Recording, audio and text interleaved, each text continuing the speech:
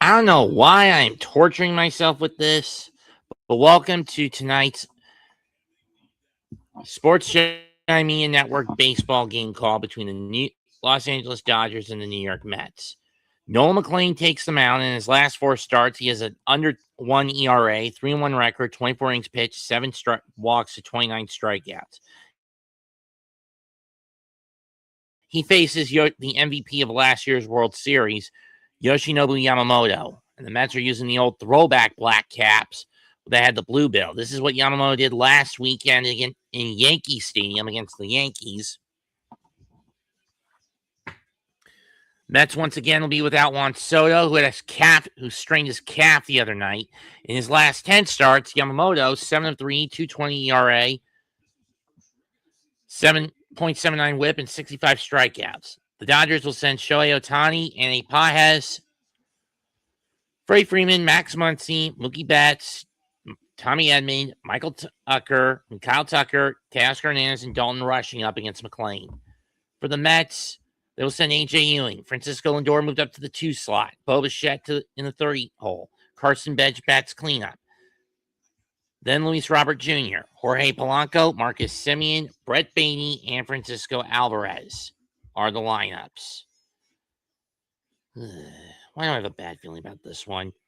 I mean, why not just put Wagaman in at first tonight, or Young tonight, aside from the fact that one's under the Mendoza line and the other's a little over the decent? It's just, here's the problem with this Mets team this year. It has been plagued by the incompetence and the narcissism of David Stearns, choosing to let Alonso walk, shipping out Nimmo for Semien, and for what? Political pandering points to people please to Lindor's wife? I don't know. And I do want to stress, the SJMN is not one who is tied down by political standards. That I'm working with now, unlike my other 2 bosses, are a network not tied down by political BS.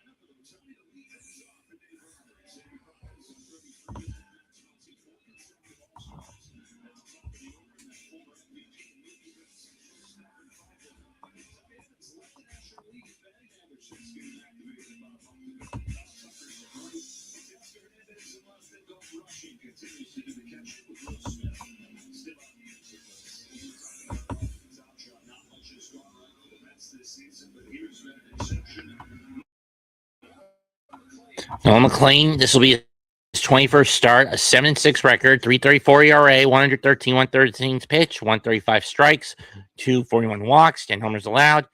Batting averages opposition around 202. Sinker, 4-seamer, sweeper, curveball, cutter, changeup, slider. Problem with McLean is he tends to get in trouble when he over-experiments with his pitches. Then again, McLean was the starter in my last game call for the Mets, which was against Atlanta shortly after the 4th of July.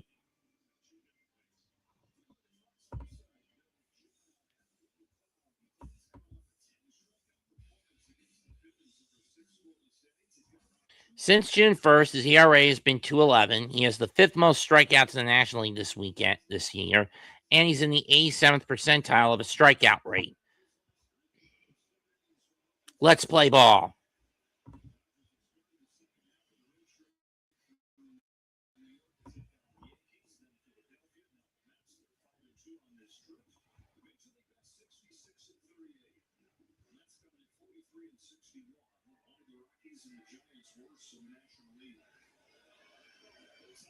First pitch is low, ball one.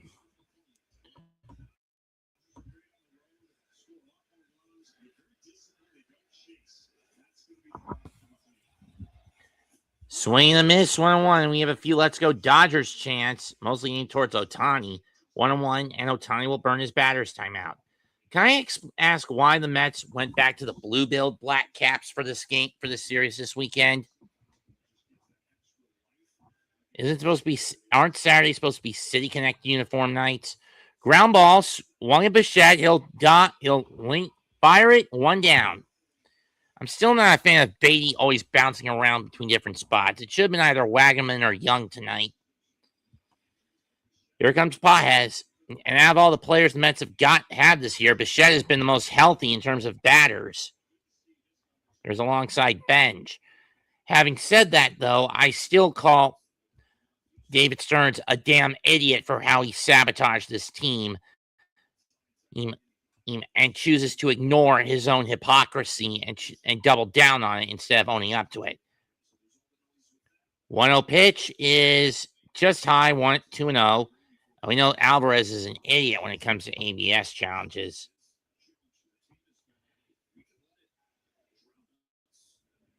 There's interim manager Andy Green, who will be gone who will be back in his traditional spot when this season's over. Too far in, full 3-0. And this is where, more often than not, McLean gets himself into trouble. 3-1.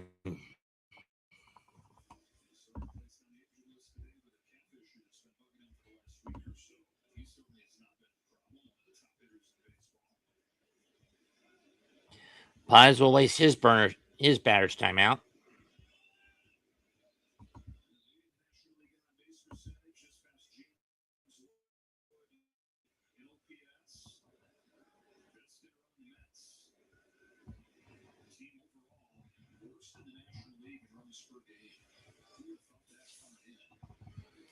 Well, again, to Joe and John, I do want to point out, blame fucking Stearns for ruining this team when he let Alonso and Nimmo go. Oh, because of his own ego, and hatred towards those players. Strike two as Pies did go around. Payoff pitch is grounded back to the mound, chopped back to the mound. McLean fires over the first, 2 away. Throwing the over-experimentation with Beatty by having him bounce around between the outfield, third base, second base, and first base, which all backfired badly because he is a fucking infielder, not a damn outfielder. Or throwing Mendoza's loser mentality, his incompetence, unwillingness to change up get rid of his damn gambling habit with the bullpen. Ball one with the pitching core. Ball one. 1 to Freeman. Freeman whacks this one to right, but it's right at Benj. He'll make the catch, and he'll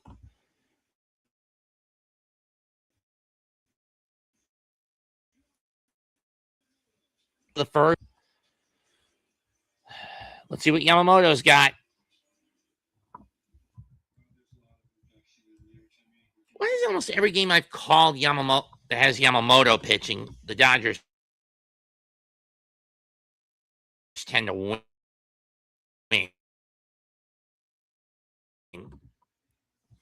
Against San Diego in 2024, against Toronto, against the Blue Jays.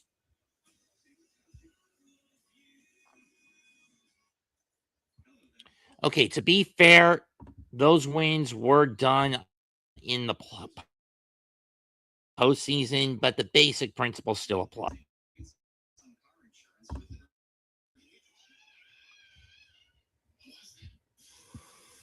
Damn sandwich.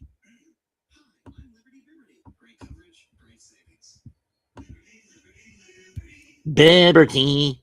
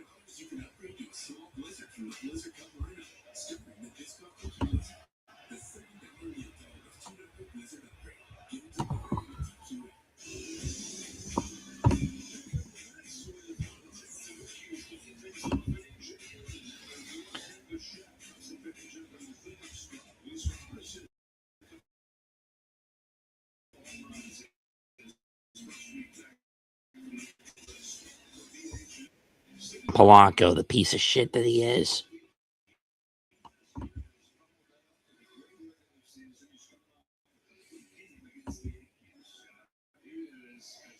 Yamamoto, this is his 19th start, 10-6 record, 270 ERA. Uses splitters, four-seamers, cutters, curveballs, sinkers, and sliders.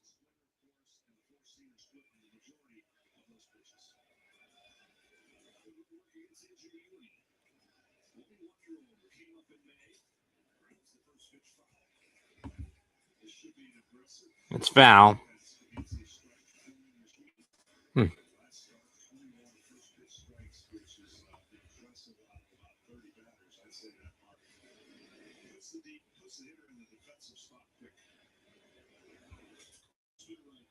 Splitter is fouled.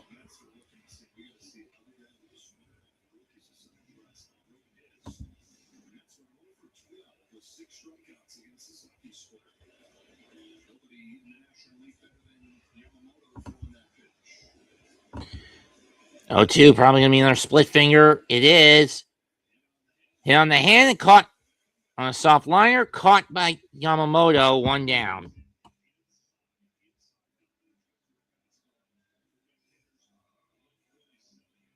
Not bad.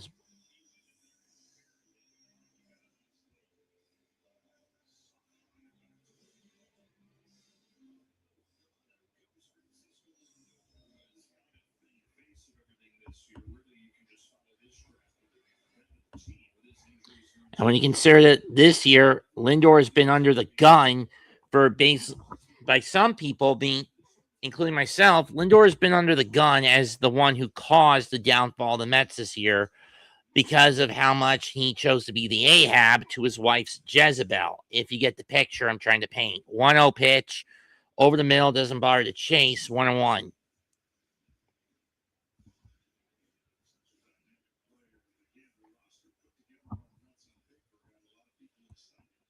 Didn't get me excited. I mean, it didn't help me. I mean, I'll be blunt. The roster going into 2026 on paper, it did not impress me. I was pissed when I looked at it. I wanted to strangle David Stearns for how he butchered this team. Lindor burns his batter's timeout.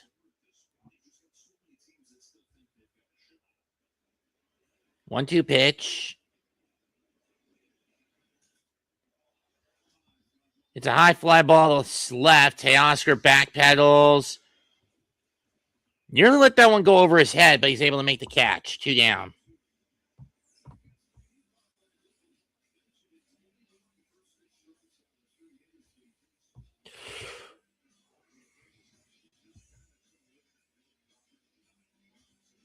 And I don't think anyone can blame me for my anger. Yamamoto threw a complete game last time out. 2 runs, 4 hits, 7 strikeouts versus the Yankees. First pitch is low, ball 1.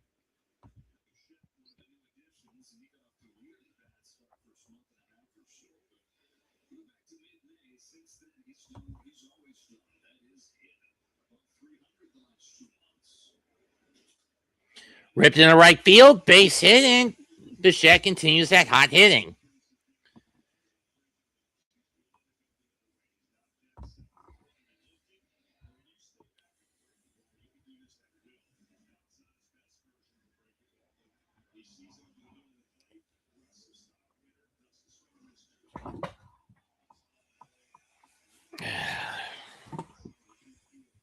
Carson Bench up next.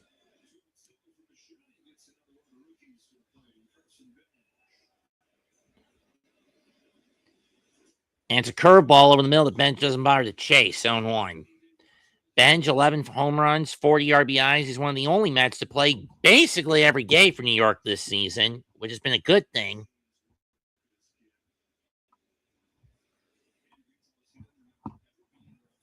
Swing and a miss. Chase the splitter in the dirt. 1-0-2. For the Mets, both teams, this is game 105 out of 162. After the night, only 57 to go for both sides.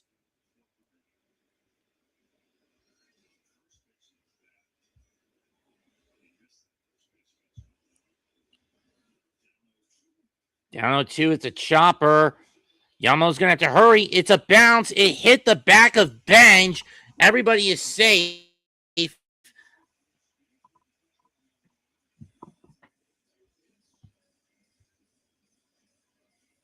They're going to give him a hit on that. I don't know.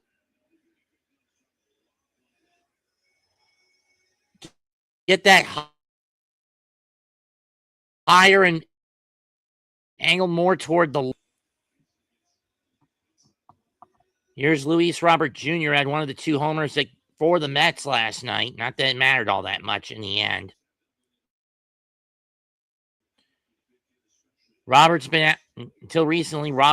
Luis Robert Jr. been out due to a lumbar infection in his spine. Should have been put under the knife, if you ask me. Ball 1.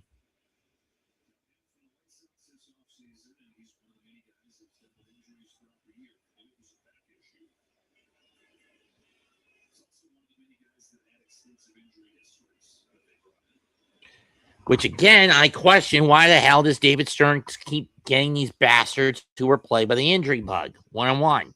Or insisting they could be good in the system when they end up getting hurt, and it makes him look like makes this team look like they got hit with egg in the face. Instead of holding himself accountable for that mistake, the dumbass doubles down on it. The piece of shit doubled down on it. It's swing and a miss on the split finger 1 and 2. Runners on first and second, 2 out for the Mets, 2 men on. 2 outs. And it's a 1-2 count to Luis Robert.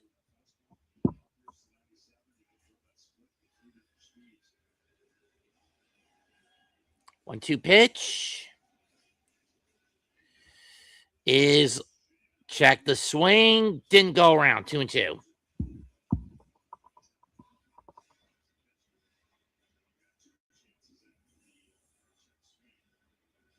That was close.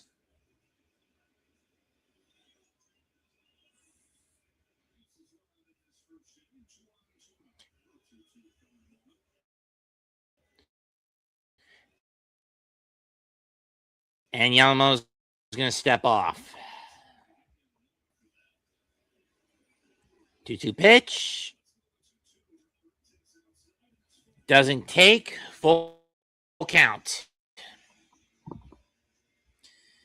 Jorge Polanco on deck. Again, why even bring that piece of shit in? Since the break, the Mets have had the worst RISP batting average in the majors at 125. Payoff pitch. Chases the splitter. Inning over. Mets get 2 hits on Yamamoto and miss out on their best opportunity to get some runs on.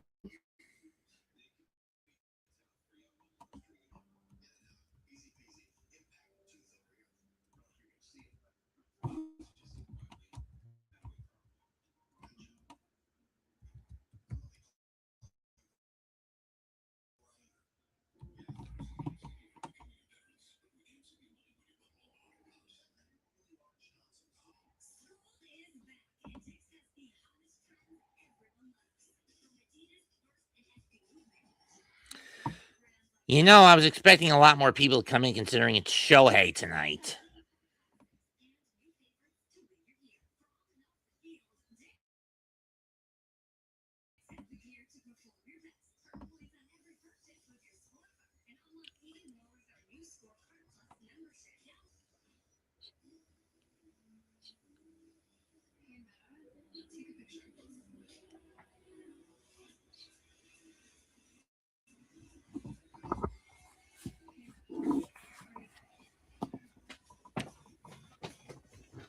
Yeah.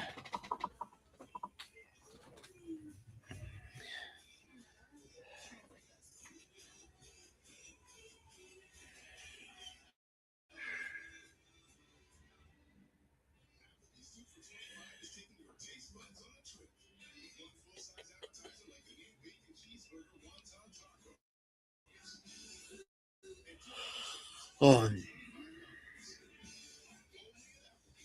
dude, you think she's into me?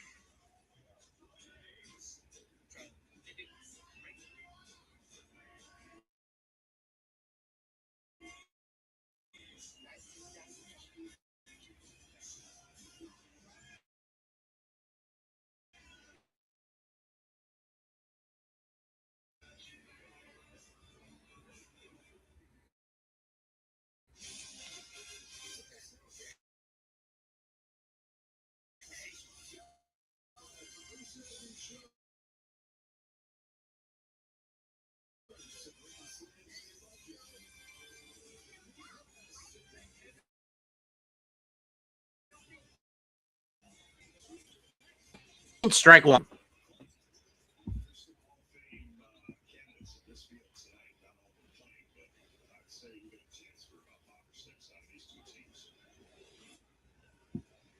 One.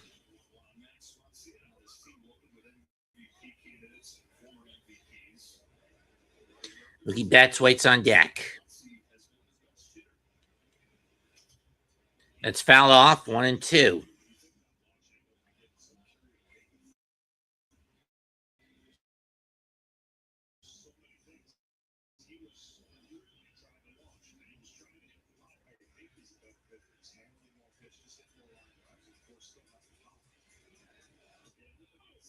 Got him looking. Did he get him?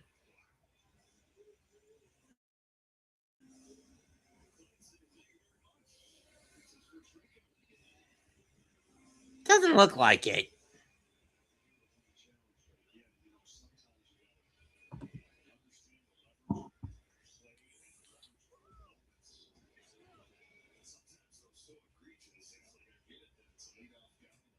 Betts takes up on the way. Ball one.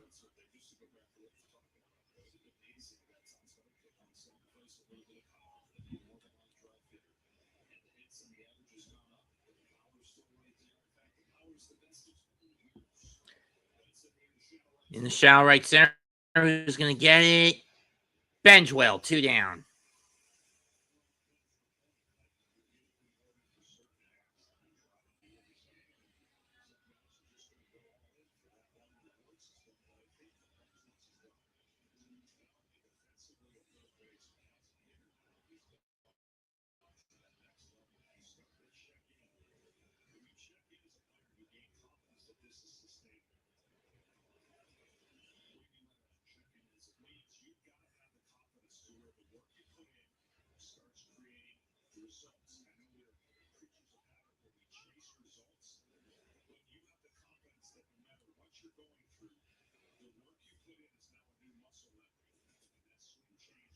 Ball one.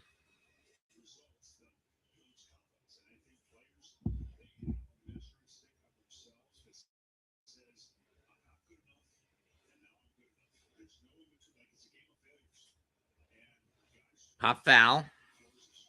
1-1.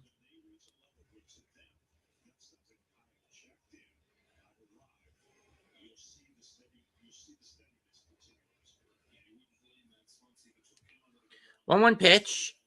Swing and a miss. 1-2. That time, McLean threw the curveball.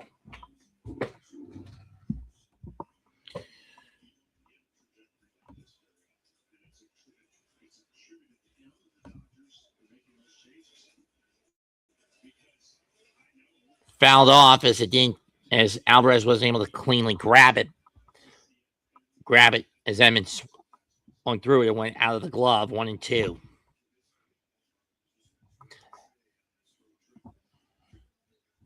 Twelve of the last 13 West Division titles have gone to the Dodgers. One exception, 2021. That went to San Francisco that year. 1-2 pitch is too low. 1-2. 2-2.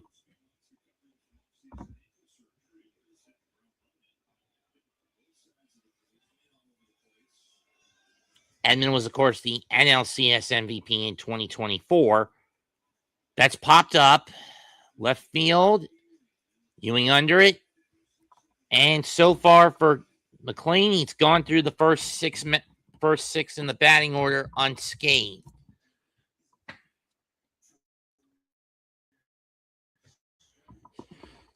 Scoreless through an inning and a half at Citi Field.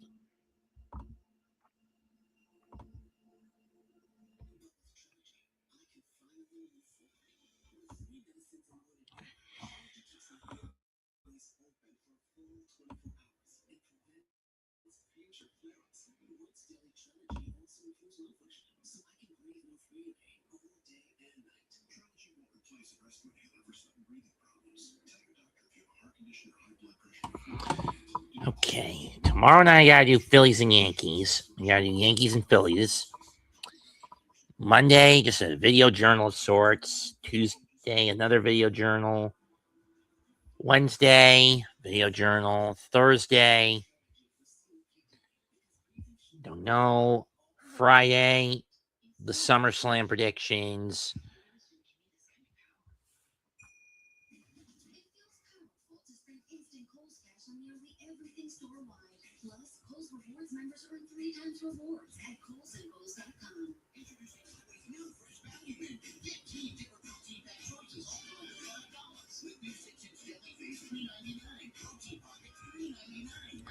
Don't know what I'm doing.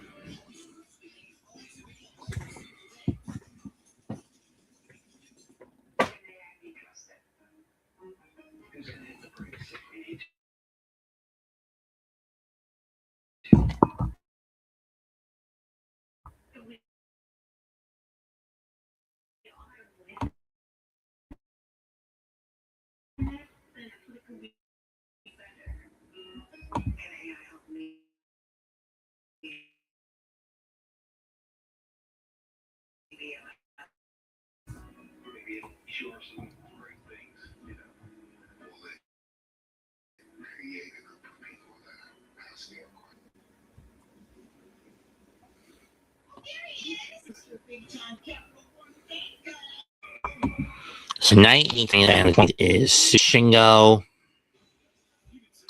Takeshita's got Okan, Lee, and that's it in the blocks. Here's Paloma, because he's a dumbass. First pitch. Strike one.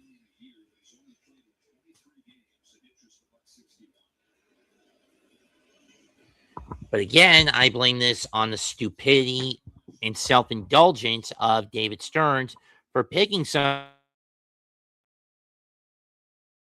who's never played first, showing how much of an incompetent criminal David Stearns is.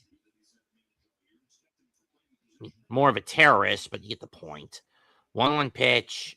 Split finger, swung and miss. 1-2.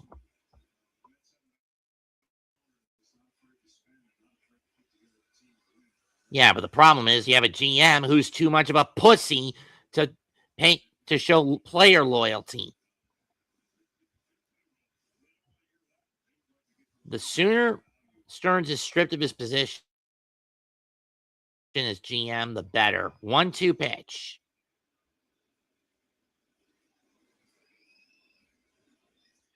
In the dirt, 2-2. Even if this team is completely healthy in 2027,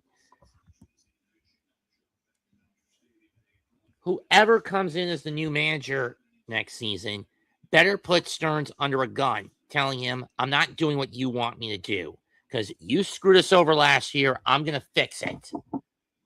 Misses outside, full count.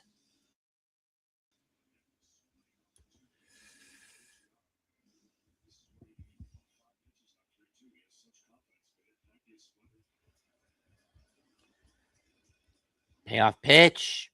It's a cut that goes down the third base line, but it's going to hook foul. We'll do it again.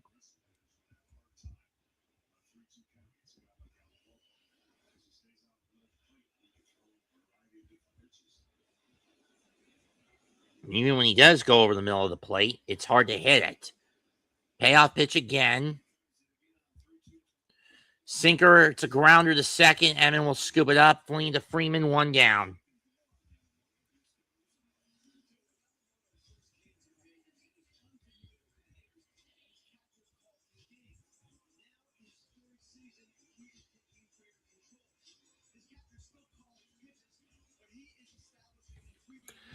Marcus Semien up next.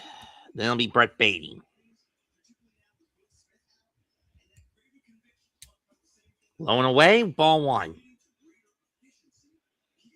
Semien just barely over the Mendoza line this year with a 207 batting average.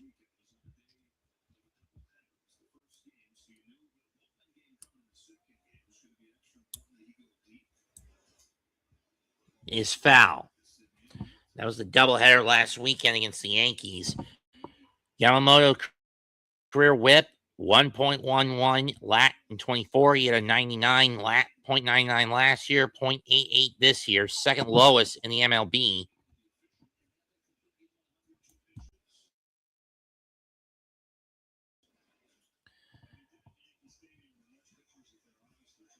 Foul down the right field line, 0-2.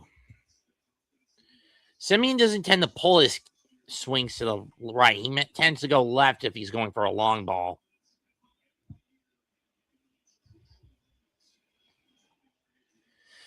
1-2 pitch. Chop to Muncy. Long throw. Got him. 2 down.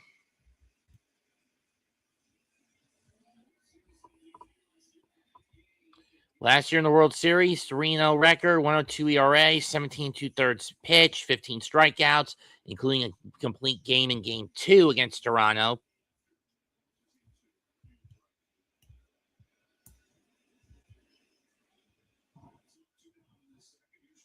Here's Beatty.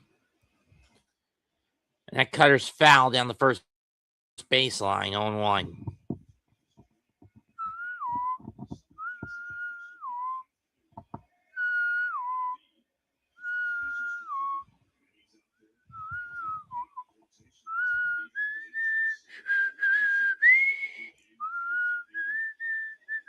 Curveball catches the corner, catches the edge, 0-2. Beatty burns his batter's timeout.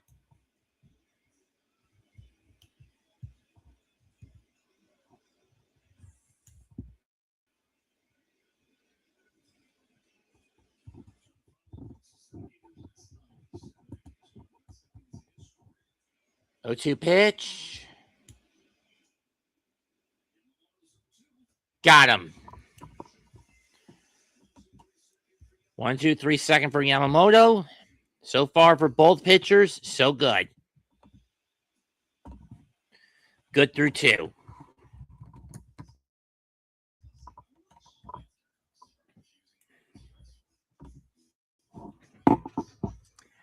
I gotta, BRB.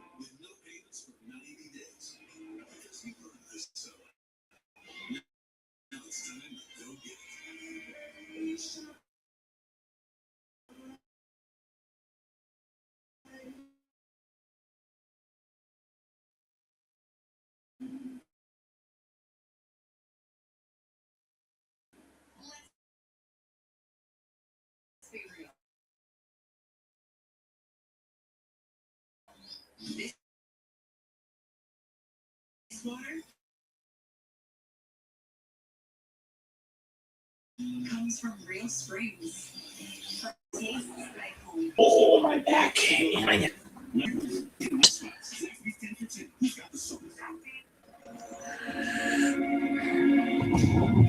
Oh.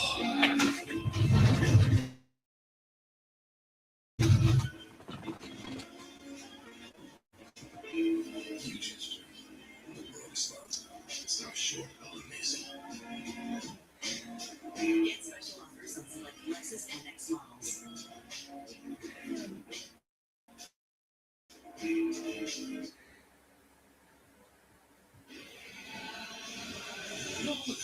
As you tie the first 6 Dodgers, no score at the top of the 3rd. Bottom of the line coming up here.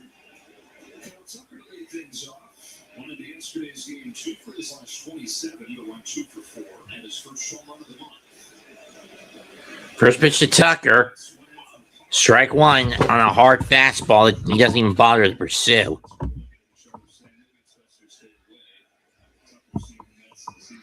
Freddie Peralta takes him out tomorrow for the Mets, and I'm worried about that matchup. Check swing. Did he go? No. 1-1.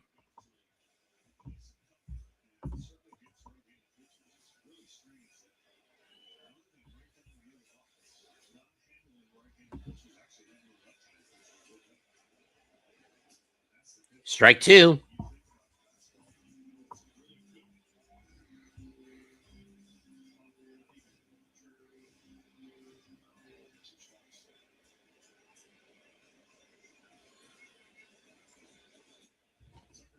Too far out, 2-2. Season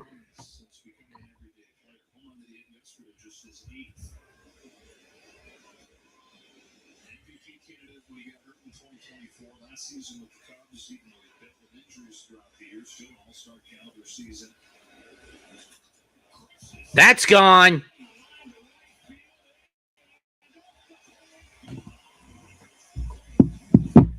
Kyle Tucker puts the Dodgers on the board first. Right field shot off the pole in the Coca-Cola corner. That's home run number 9.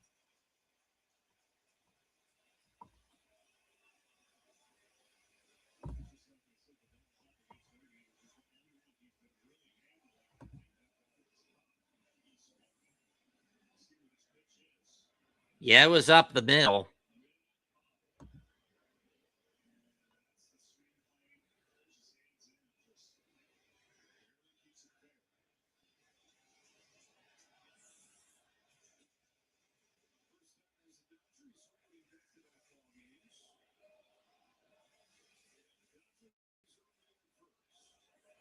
Strike one. 1-1.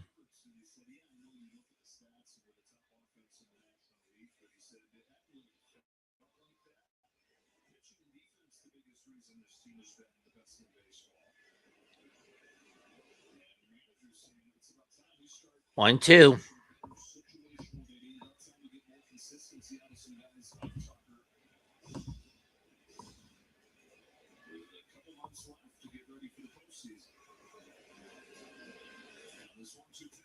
Got him swinging. 1 down. Some clean rebounds after giving up the leadoff bomb.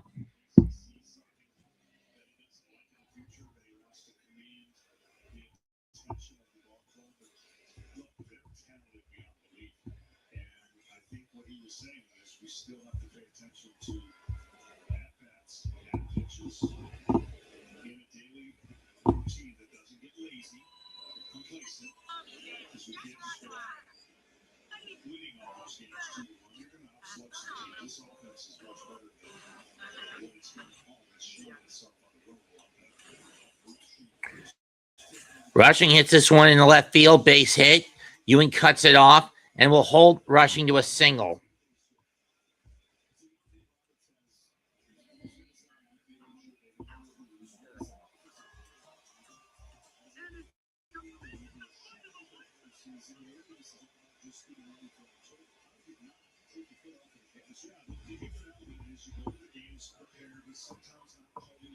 You see certain stars like Freddie Green never takes that bat off. You see that kind of consistency, and that's why it's a career. Swing and miss, zone 1.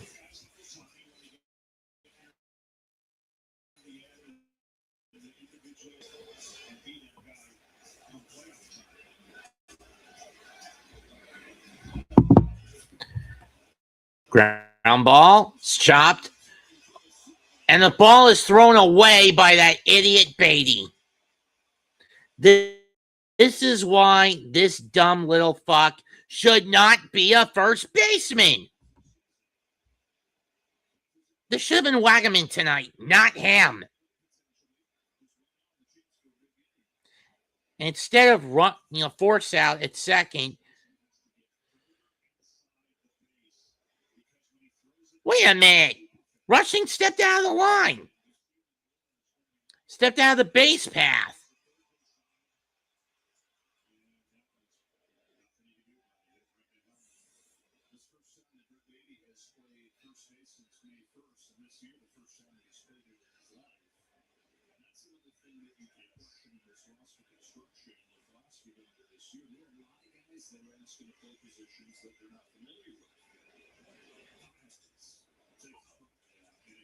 Let's take strike 1.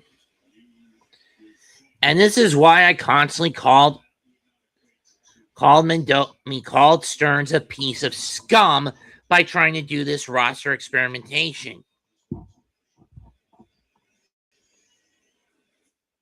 And why I want his ass gone, or at the very least stripped of the position of general manager, or when this season's over.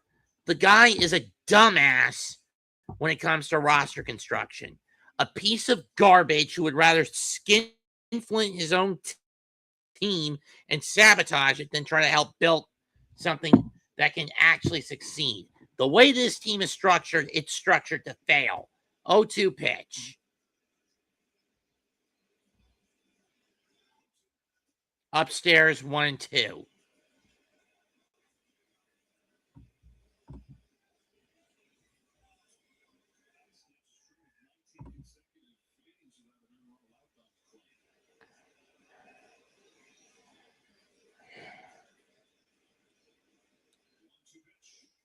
Outside, 2-2. And yet, that dim-witted piece of scum that calls himself a GM had to do this shit. This is all on his ass.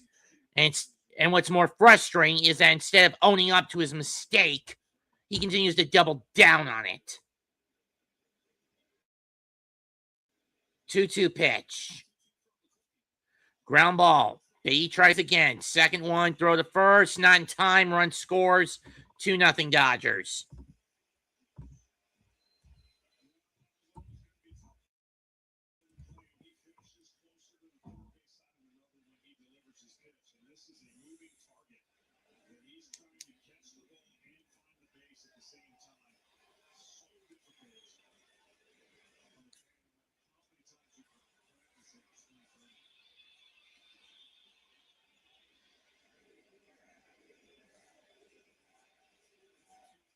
A lot of Dodger fans coming into the venue. Freddie chants break out. 1-0.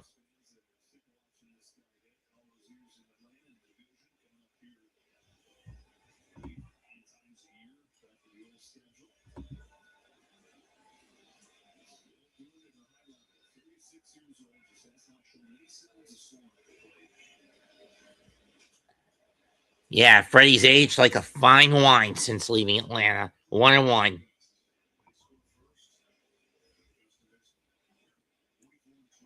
when the Mets score first, are one of the worst in baseball.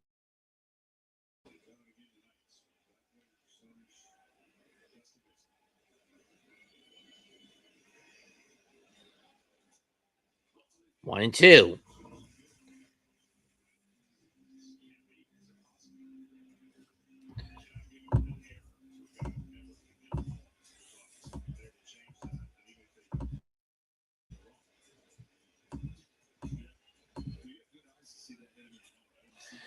In the right field, base hit.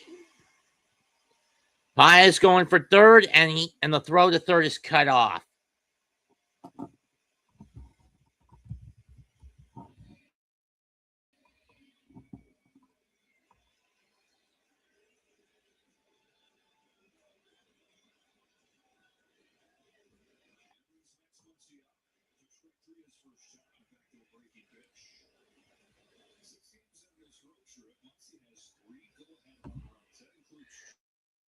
Must be a D&D soap.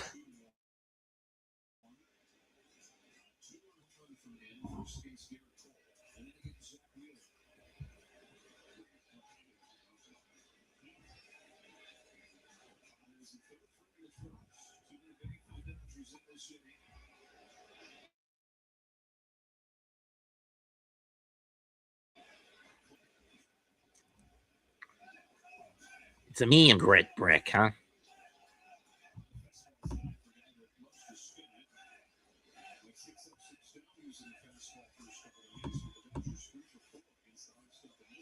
That one gets away. 3-0 Dodgers. Should have been Torrens at the middle, in the plate, behind the plate tonight, not Albie.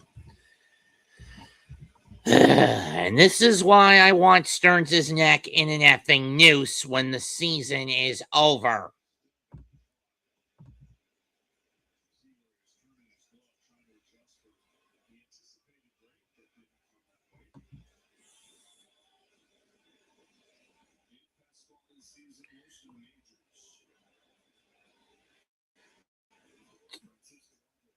Two one.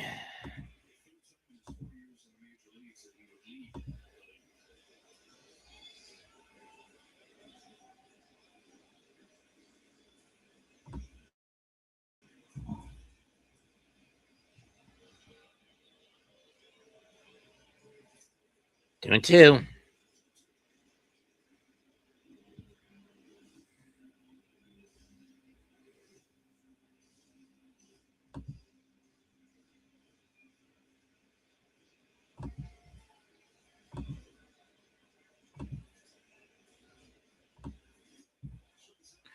Strikes him out, but not before 3 runs, 3 hits, 2 errors, 1 error, and 1 stranded. Through 2.5, the Dodgers lead 3-0.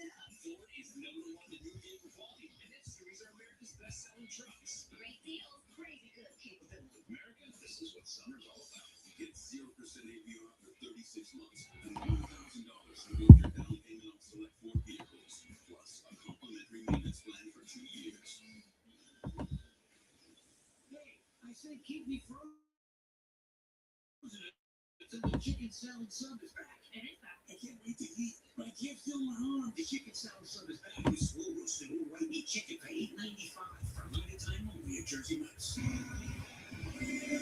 Tucker heating up for the Dodgers. Runs in both games here. 3-0 Dodgers in front of the last. Alvarez is hitting 7 of 19 for his last 6 games. Had a homer in last night's matchup. First pitch is low and away, ball 1 from Yamamoto.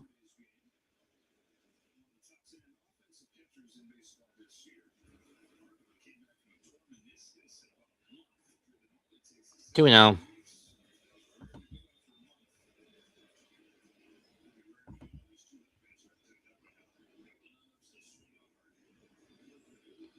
Set. Yamamoto sets, deals, and it's low again, 3-0. So next weekend it's Yankees and Cubs, huh? Okay.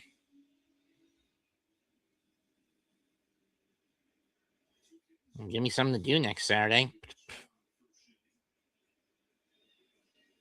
So I'm not going to be able to watch SummerSlam. Outside, ball 4.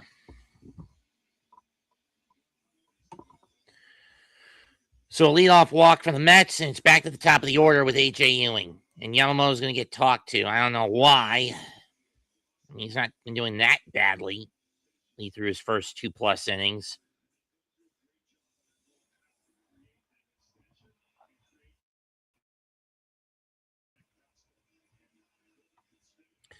And both know Alvarez isn't going to be taking off. He's not a fast runner on the base pads.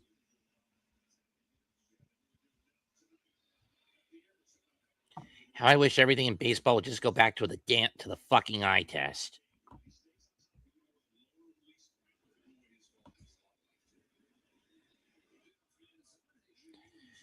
Ewing's up, first pitch, and that's the 5th ball in a row thrown by Yamamoto. 1-0.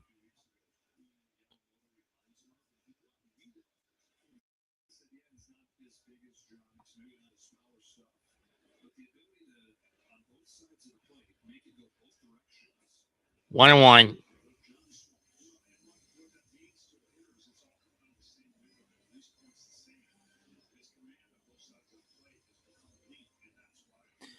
Ewing's going to burn his timeout. I don't know why any of these dimwits are not going to burn their challenges. That's clearly a ball, not a strike. But whatever. Cowards. 1-1 pitch. 1-1 pitch. That is a strike. 1-2. Should have done that last pitch, jackass. Why didn't you do that last pitch, AJ? Dumb fuck.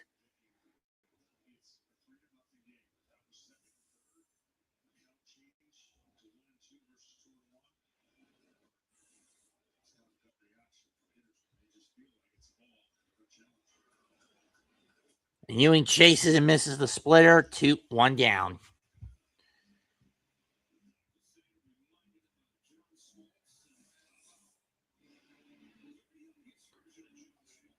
July 23rd, 1988 against the Mets. His major league debut.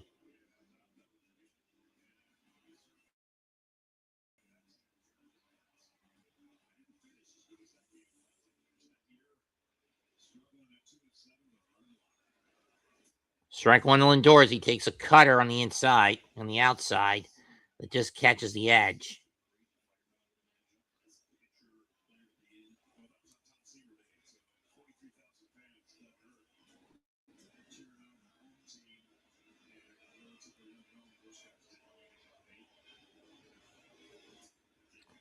Check swing.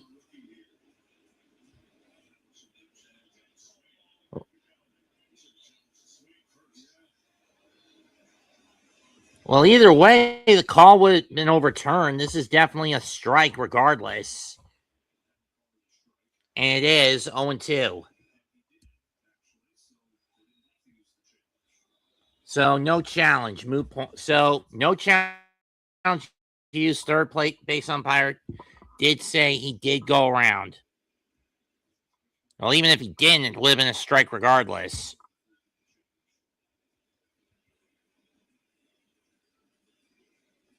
Let's be honest. Even if Lindor didn't swing at that, it still would have been a strike.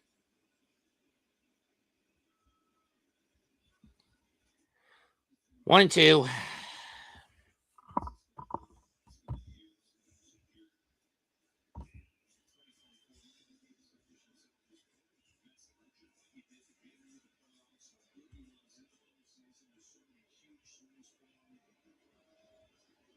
Last year, things fell apart, and this year, things have gone in the gutter.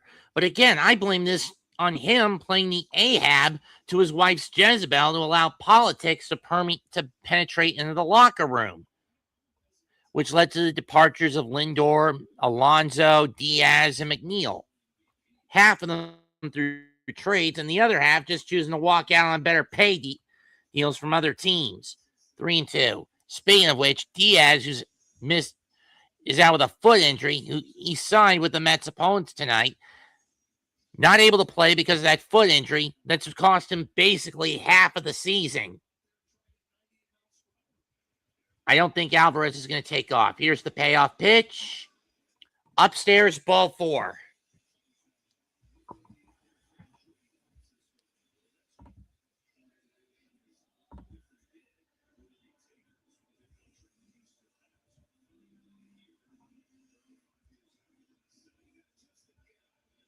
That and the no trade clause. And I've checked the check the tab, please.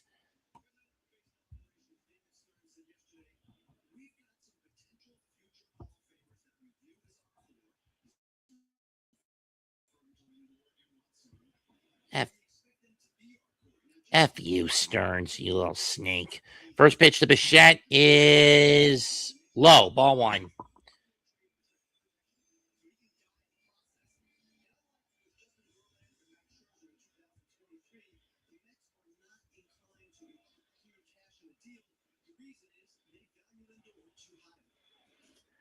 Ground ball back to the mound. This is just going to go to first, 2 down.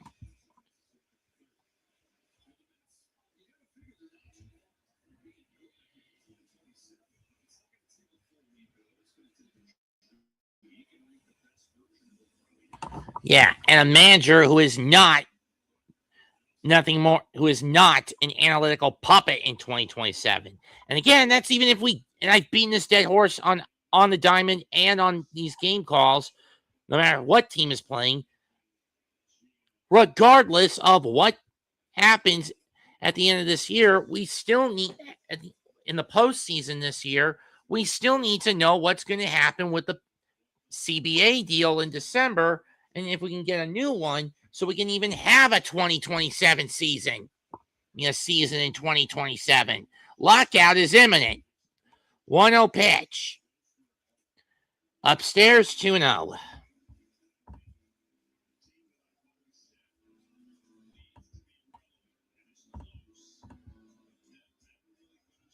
And can anyone blame me for that? No.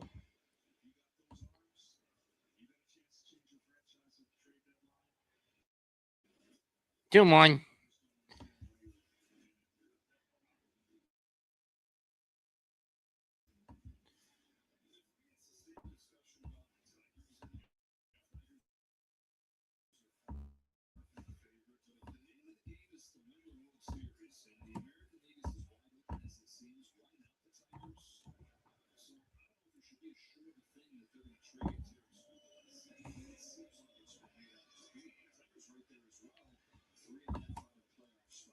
True. Currently out by the Diamondbacks. Ground ball right to Edmund, and the Mets waste the opportunity. So 2 walks, and they strand 2 in scoring position. 3-0 Los Angeles. Am I surprised by this? In all honesty, no, I'm not. I mean, do I know the Mets have been fucking incompetent this season because of how Stern sabotaged and destroyed the core? Yes. I'm fully aware of that fact. Was I willing to give them the benefit of the doubt? Yes. But have my doubts been verified? Yes.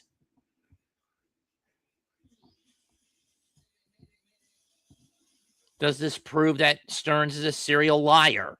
Yes.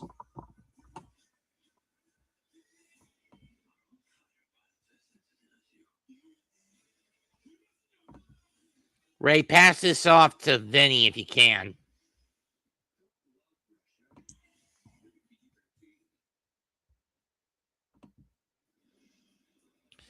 Betts, Emmett, and Tucker 2 up in the 4th.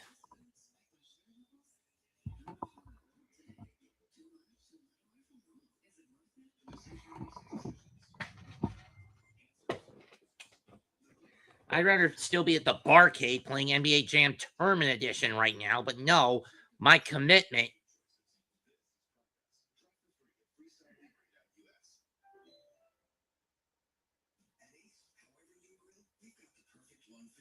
Oh, F you, Pritzker.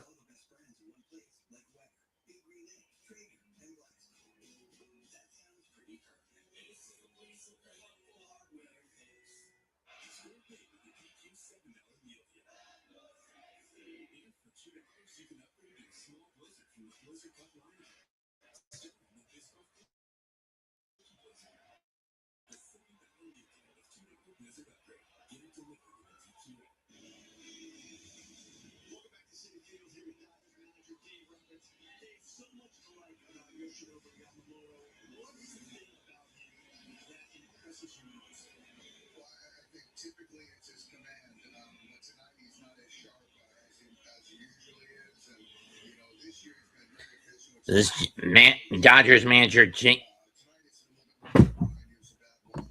what the link? That's the link to come in if you want to talk. Ball 1.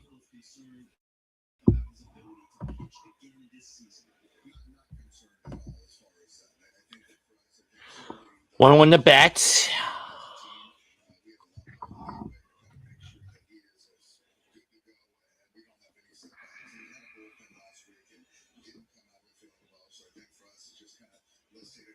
1-2.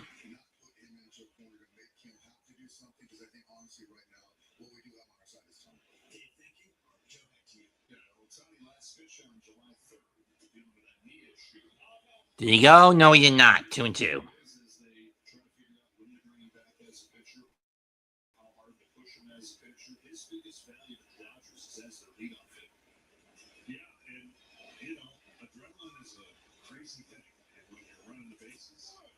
Got him. 1 down.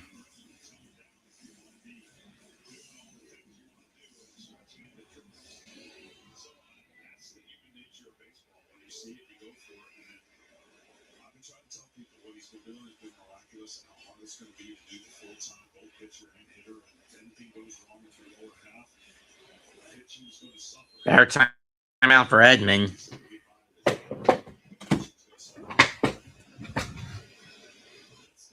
So Yamamoto's injured? That's a little weird. But then again, given how often he overtaxes himself, I'm not shocked. Strike one catches the high edge. 0-1.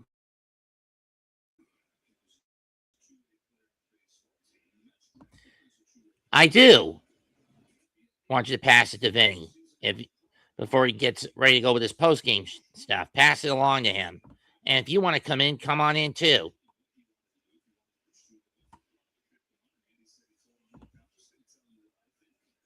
2-1.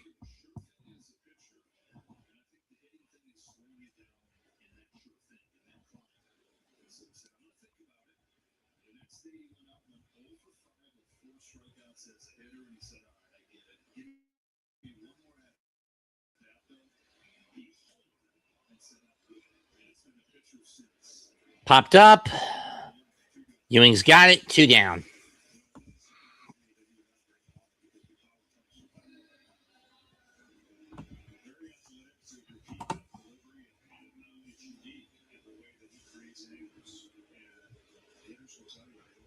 Here comes Kyle Tucker, the batter that rattled McLean in the third inning that led to the fall apart last time out.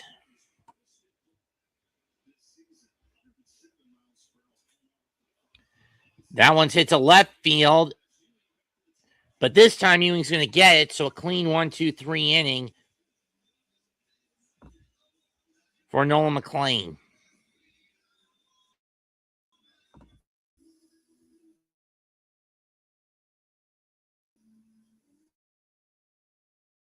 $3-0 Dodgers through 3.5. I'm sorry if I've been so cynical about the Mets this year, but honestly, folks, I have no reason to hope for this team this season. I cannot sugarcoat that. Everything about this iteration makes me sick to my stomach. And it all could have been avoided if politics was kept out of the damn locker room. It all could have been averted if Stearns wasn't such a damn skinflint. An egomaniacal skinflint.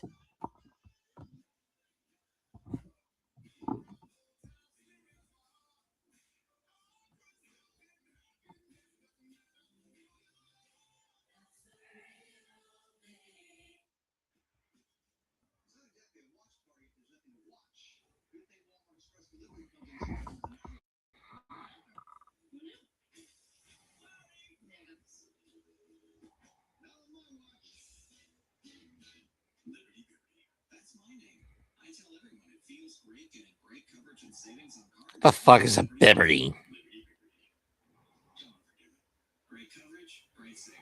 In other games, the Yankees lead 3-1 over the Phillies. Cubs up on the Pirates 3-0. Rays on the Guardians also by the same score. Braves down the Orioles 1-0.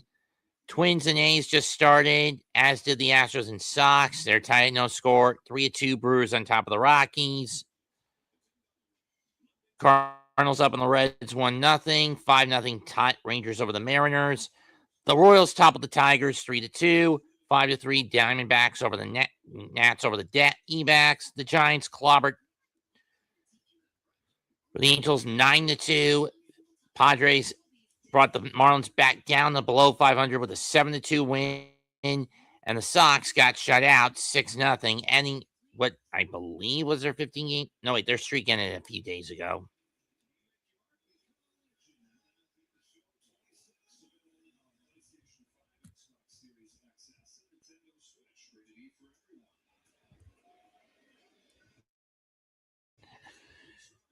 Luis Robert leads off. First pitch.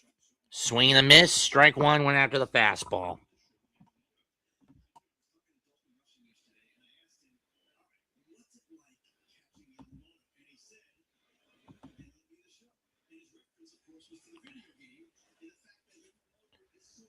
Off the end of the bat and popped up. Edmund shallow, just behind the second base spot of the infield. One down.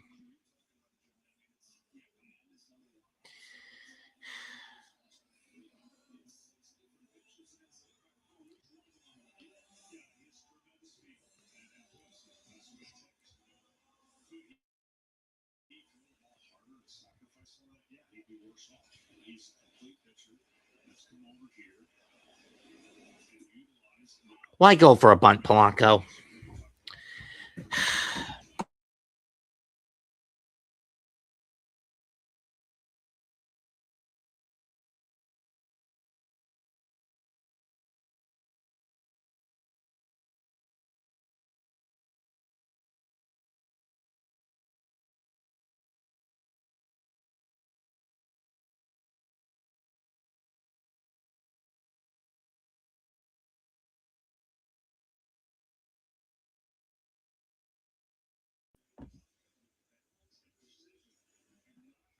Sorry, had to do a small rant. 2 down as Polanco grounded out. Marcus Semien takes strike one on the cut fastball.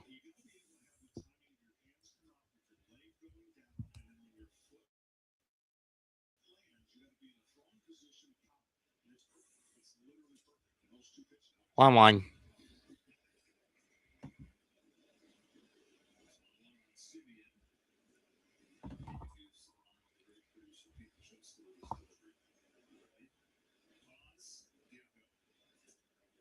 2-1.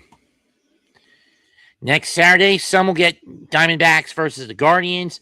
Others, including my area, will be heading to Wrigley Field when the New York Yankees visit the Chicago Cubs. 2-1 pitch. Ground ball to third. Muncy on a couple of hops. Throw to first. Inning over. Another clean inning for fucking Yamamoto. 3-0 Dodgers through 4.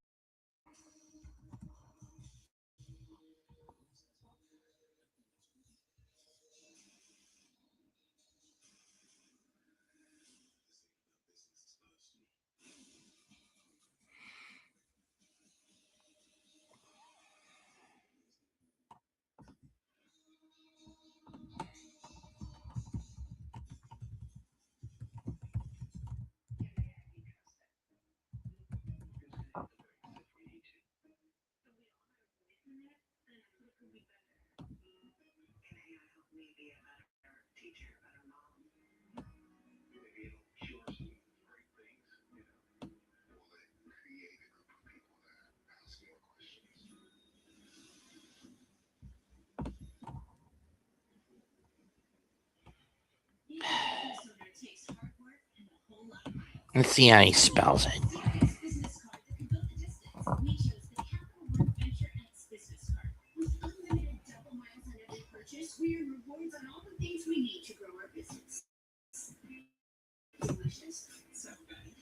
Purchasing power, we can spend more and earn more. So we redeemed miles to travel the country and partner with new stores. What's in your wallet? That's my money.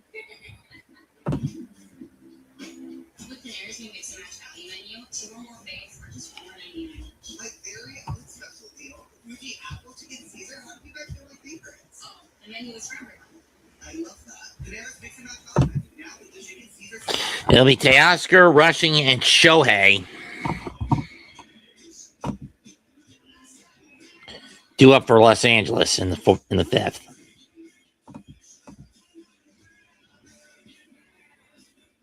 Mac and cheese.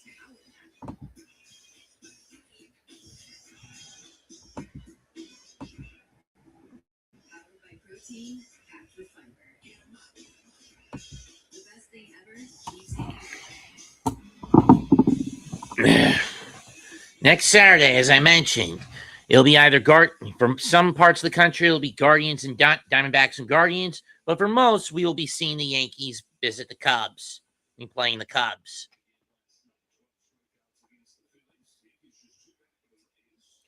Swing and a miss, zone one.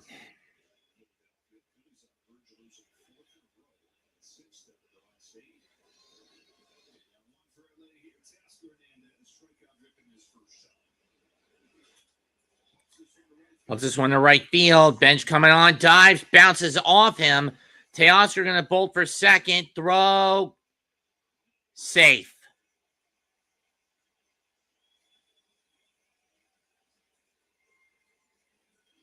Just play down the fucking hop, kid.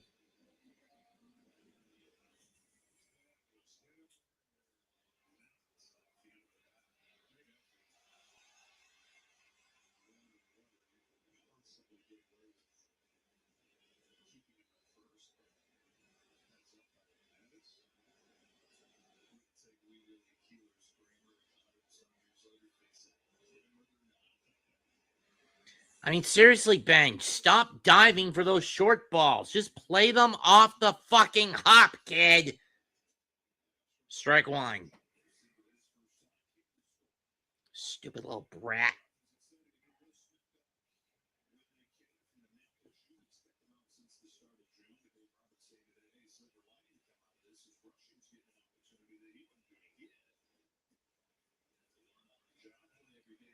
One.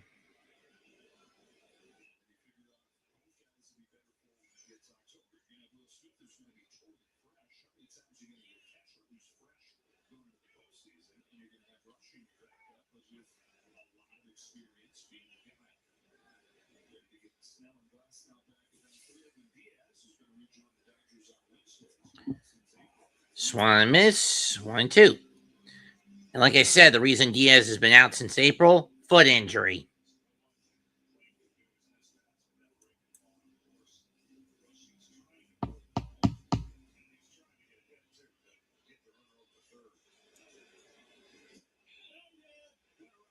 Got him. One down. That's strikeout number 5 for McLean.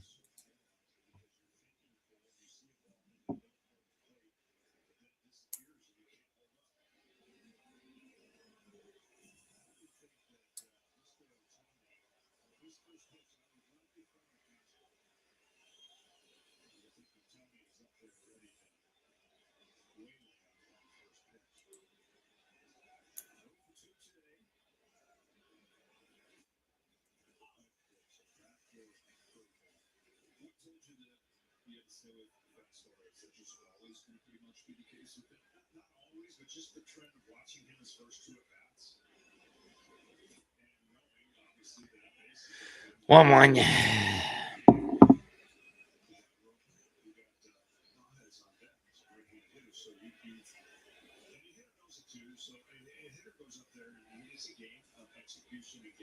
Sometimes you win, sometimes you lose. Yes. I know that you know that I know. 1-2.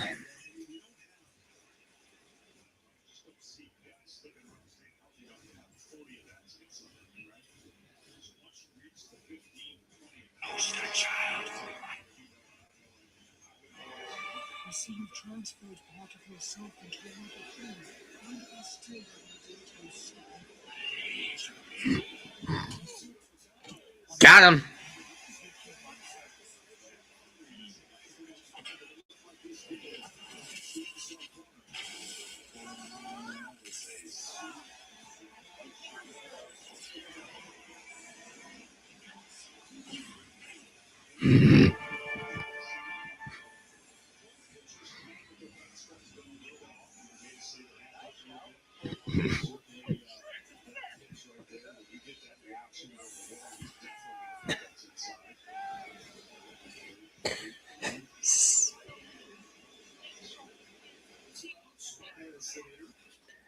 Pius grounds it, base hit. That's going to score another run. 4-0 Dodgers.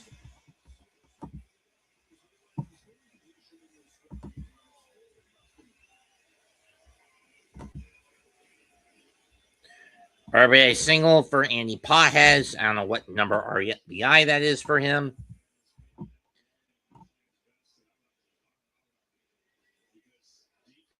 Again, why the fuck is Brett Beatty playing first base? It should be Jared Young or Eric Wagaman, not him. I am wanting to strangle David Stearns for demanding these position changes, experiments.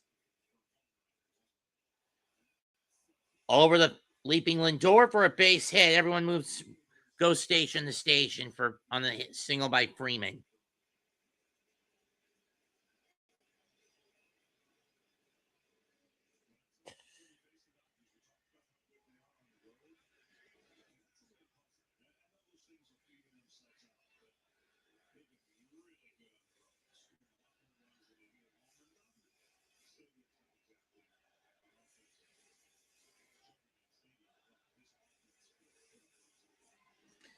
A lot of Dodger faithful clamoring to drown out Met fans.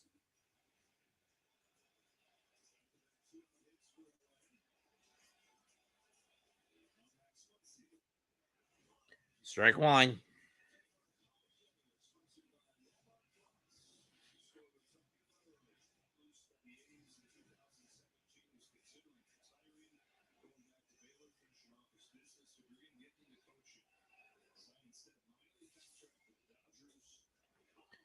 One, 0-2.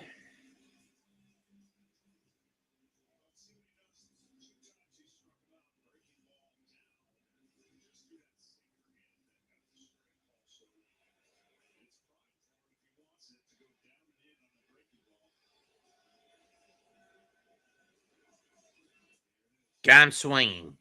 Inning over. We're halfway through. Another run, 3 hits, and 1 and 2 stranded for the Dodgers. 4-0 Los Angeles.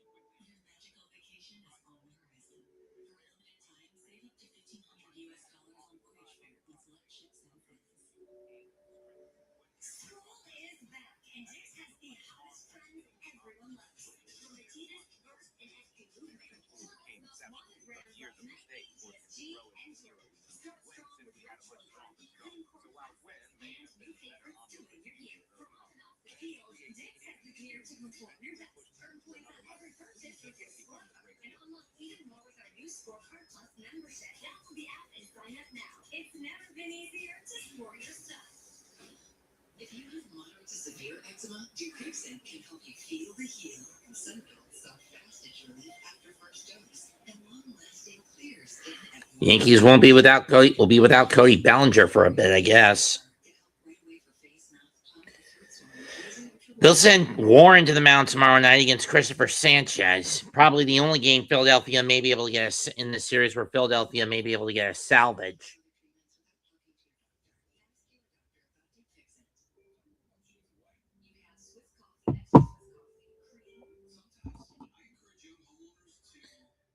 Keep in mind, if the season were in the day, what 3 teams would be in for the NL wildcard? At this moment, it would be Chicago, Philadelphia, and St. Louis. And Arizona.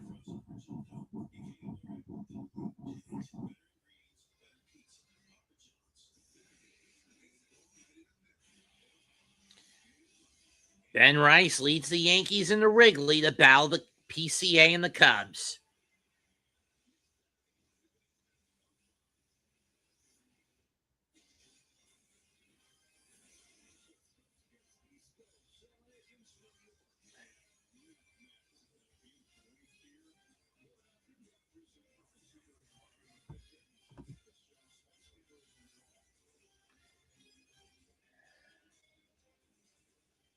First pitch to Beatty is swung on and missed, strike one.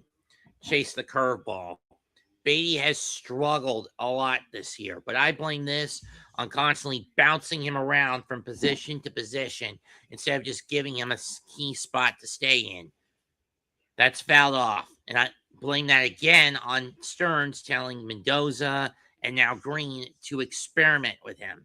But arguably, this did his confidence a lot more harm than good. Ended up doing Beatty far more harm than good with both the glove and with the bat. More so with the bat than with the glove.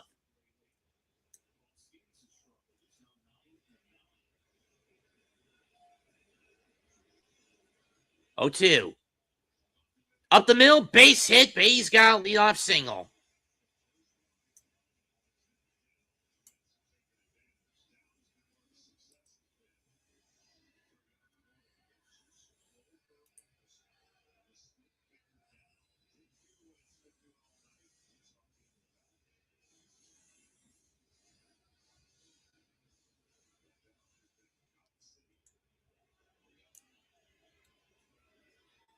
First pitch to Alvarez. Gonna go with the cut. And it's fouled off. 0-1.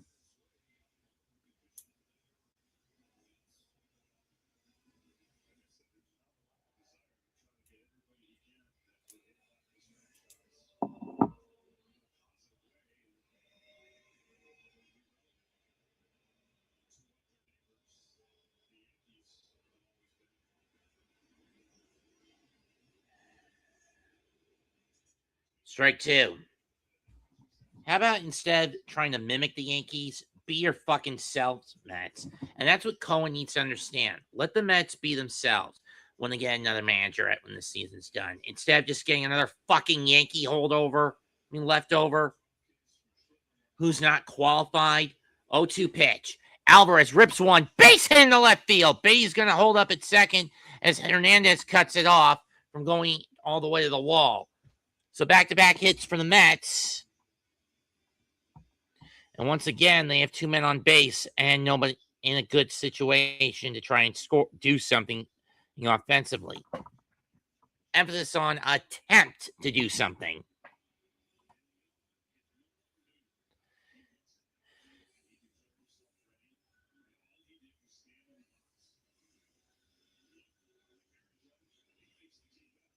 I mean, seriously, the Mets have got to stop trying to copycat Big Brother, referring to the Yankees, and be them their damn selves. Let's go Mets. Chance finally breaks out at City. First pitch. Strike one. I don't know why Ewing doesn't just burn the final their challenge and just challenge that. That's a fucking ball. Dumbasses.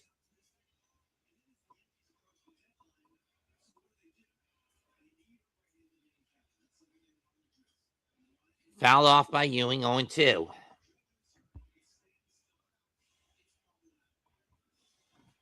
That is problematic.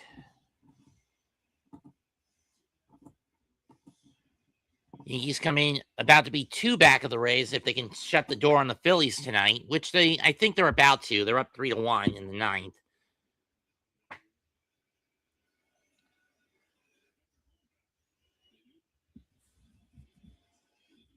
The 0-2 pitch is fouled back. We'll do it again. Next Saturday, Yankees head to Wrigley Field to play the Cubs. Other parts of the country will get the Diamondbacks playing the Guardians. AJ burns his batter's timeout.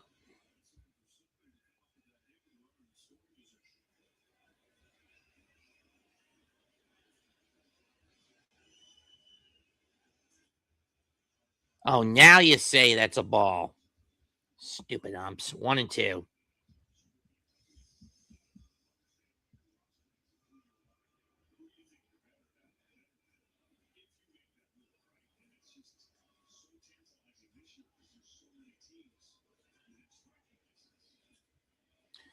Ground ball. Freeman will scoop it up. They'll get Alvarez at second, but that's it. There would have been not enough recovery time to get there wouldn't have been enough recovery time to get Ewing at first.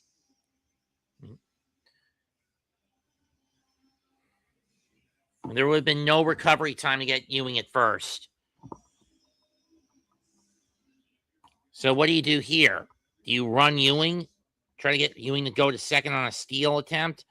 Lindor walked his last time up, and he flew out in the first.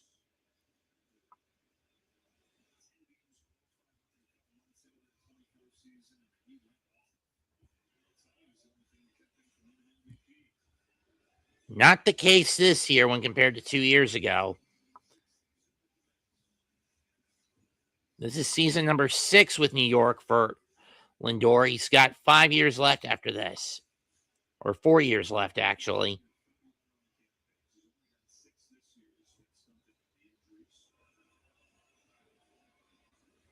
Lindor will burn his batter's timeout.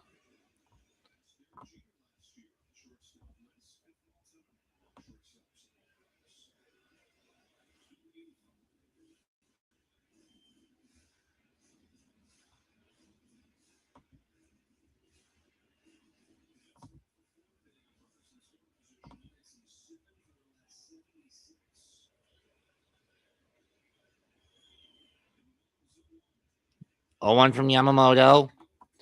Chases 1, 0-2.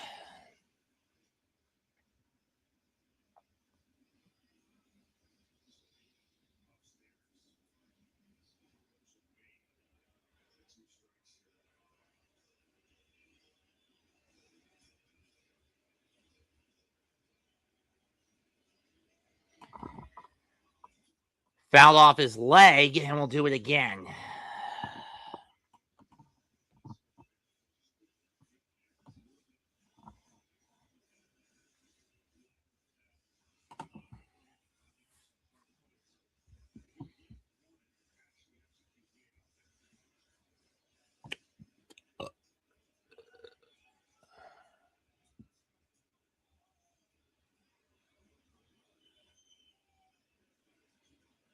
Oh, 2 pitch. Upstairs, 1-2.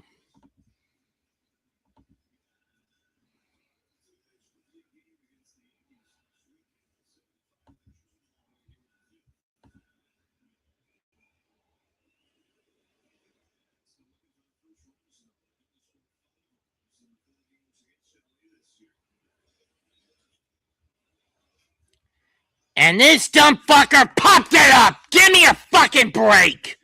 You piece of shit, Lindor.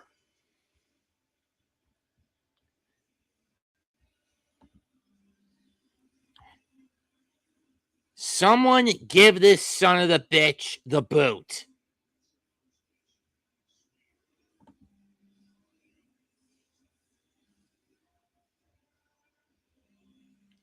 You dumb fuck.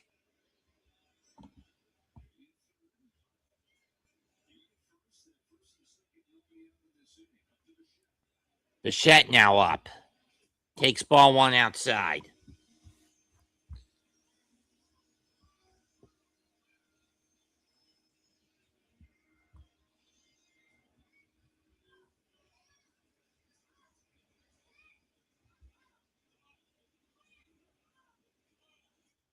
Foul off the foot of Bichette, 1-1.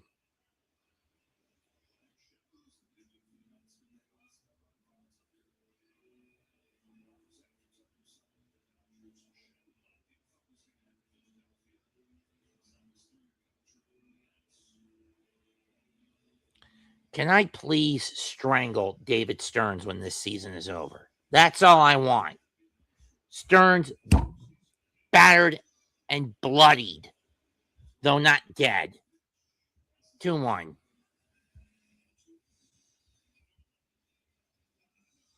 Or at least being given the penance stare.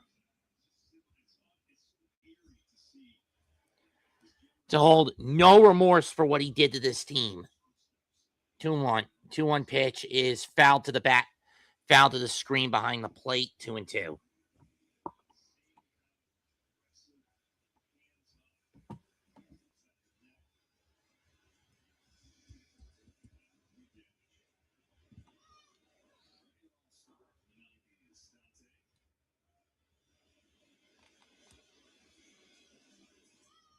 Yamamoto sets. kicks and deals, climbs the ladder, and fouls it off. We'll do it again.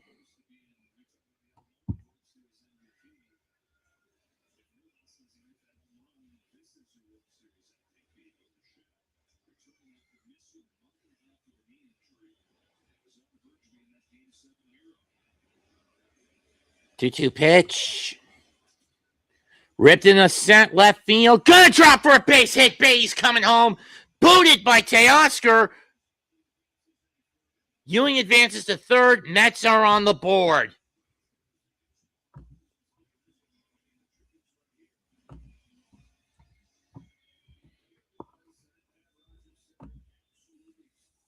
This is what happened in Game 7 of the World Series. Bichette, a 3-run bomb that put the Blue Jays out in front. They would add a double in the 6th by SJMN, but the Dodgers would claw their way back and win it 5-4 in 11 innings. And it looks like Yamamoto is going to get talked to by both pitching coach Mark Pryor and his interpreter.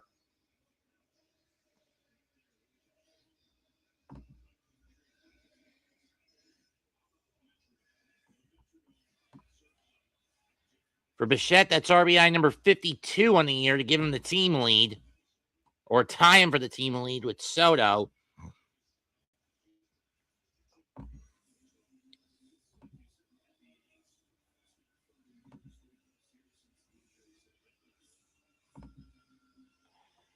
Tying run now at the plate in the form of Carson Bench.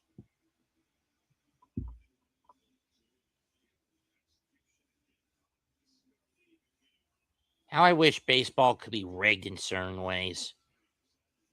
I mean, make a parody era. Make an era of true parody, kind of like there is in the NBA.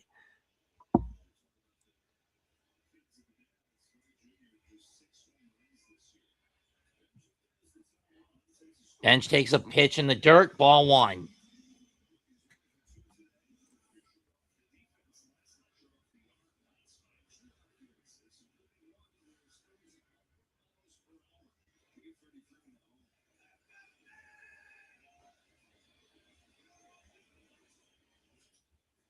Ground chopper. And he stays on the bag to end the inning. But the Mets do get 1 on 3 hits, but they strand 2. 5 innings complete. It's now 4-1 Los Angeles. Nice play by Betts, I'm not going to lie. And an even better play by Freeman to keep his back foot on the bag.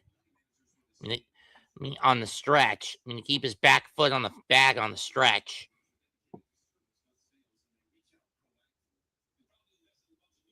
We go to the 6th. Los Angeles 4, New York 1.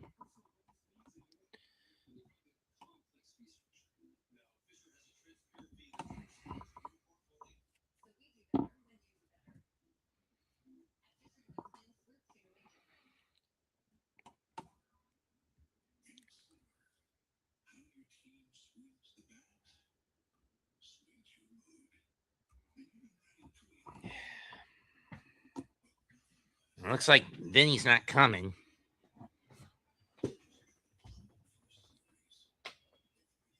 Since he's got his own stream to do, and I can't blame him.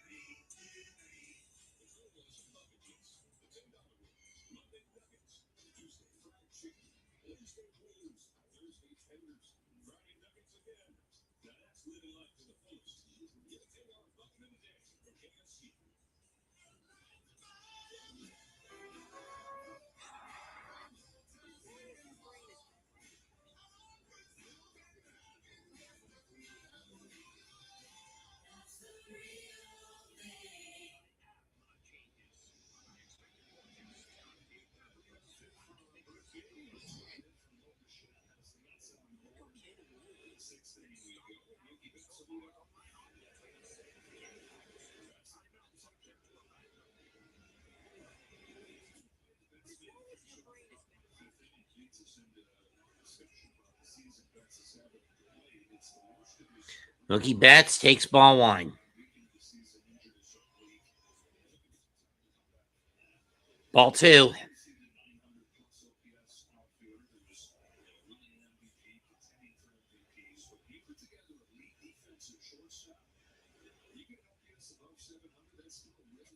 Two one.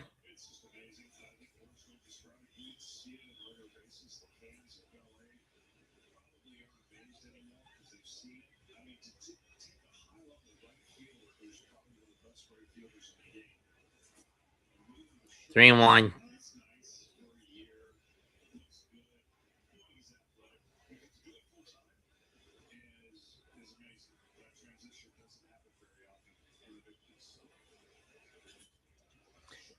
Sharply hit, base hit in the left.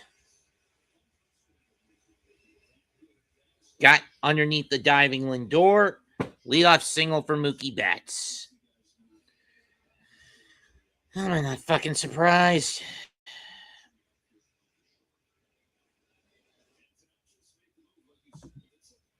I know he's not. He will be, though, in about 15. Tommy Edman up next. Take strike one.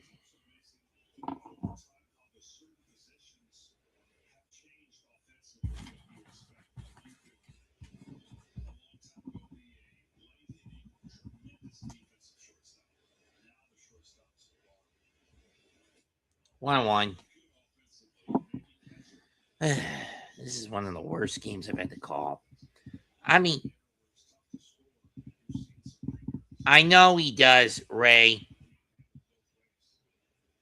I mean, sure, I've called worse games for the Mets this year. The 15-3 ass week being they got at the hands of the Phillies about a month ago. And then the 4th of July against Atlanta where they lost 14-3.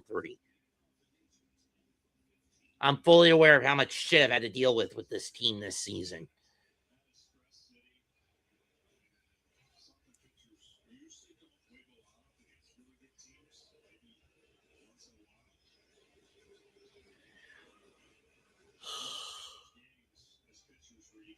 This is for Petey. 1-2 pitch.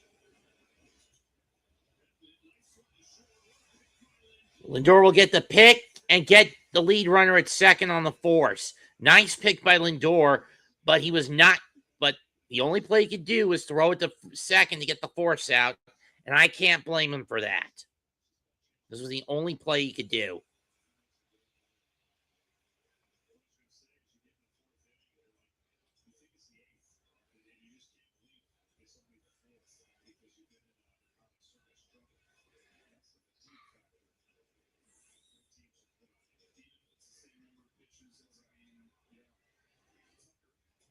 Tucker swings and misses, strike one.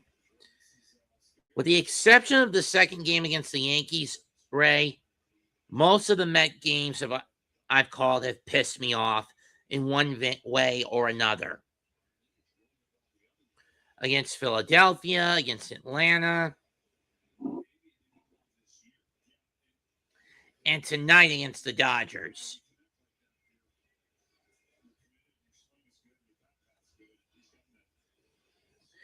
And think, next Sunday, I got to do this again with the Astros. 1-1. Ball is juggled by Alvarez before he can get out of his glove. And Edman will steal second easily with no resistance.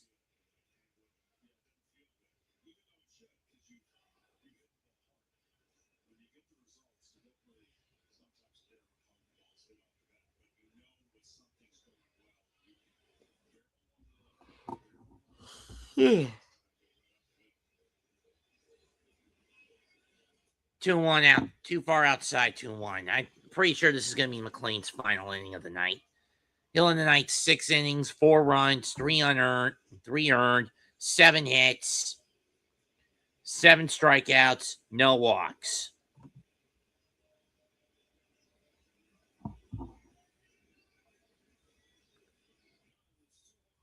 Three and one.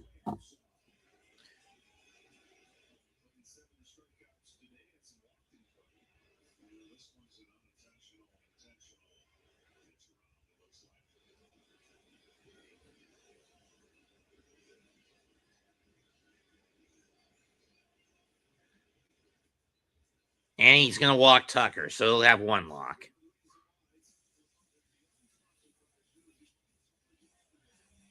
Homered last night.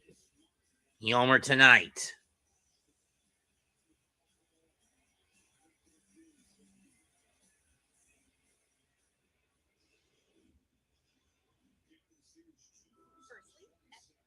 Guess the Yankees won 3-1. In this series, Tucker is 3 out of 5 today. In this series. And it looks like McLean's getting the hook early. 5 in the third innings, 1 walk, 4 runs, 7 hits, 7 strikeouts. McLean is not done well at home. He'll be 2-6 after the night, unless the Mets can find a way to get back in this. They're going to keep him out there. But his road record is off the chart at 5-1.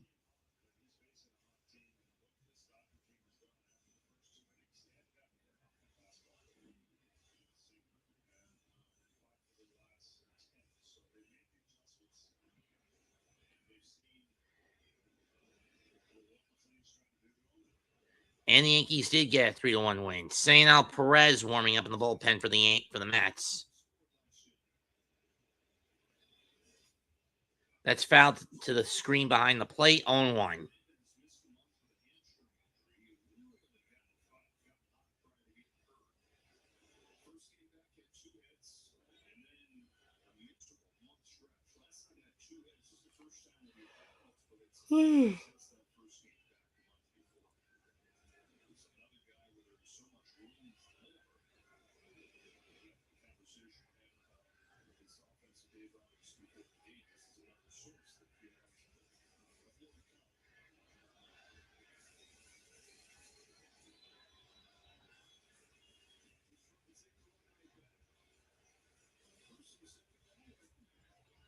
One and one.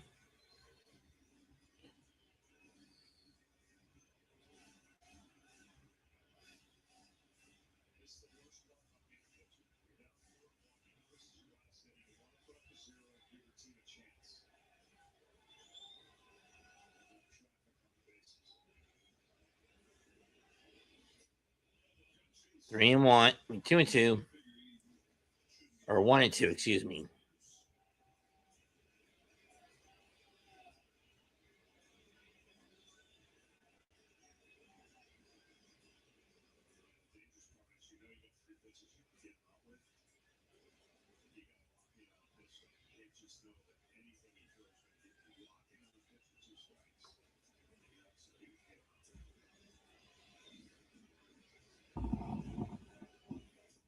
Two and two.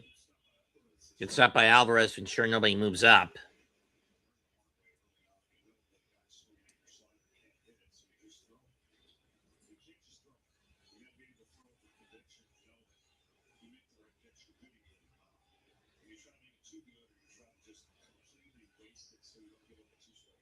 But again, he stalls out this Mets season. It's at least knowing the Knicks won the NBA title. 2-2 pitch.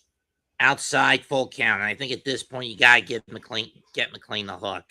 He's at 94, going on 95 pitches. The carousel will be in motion this next pitch.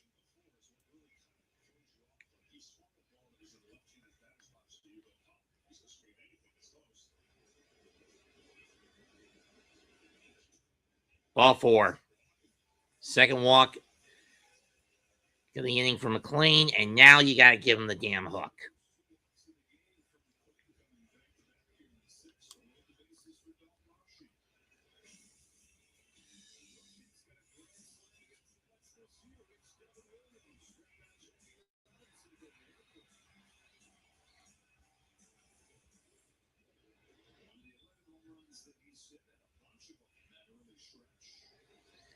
Hey, man.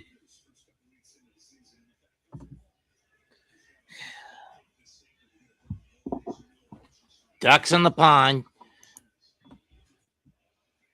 Banks it to Lindor. He'll step on the bag. Double play.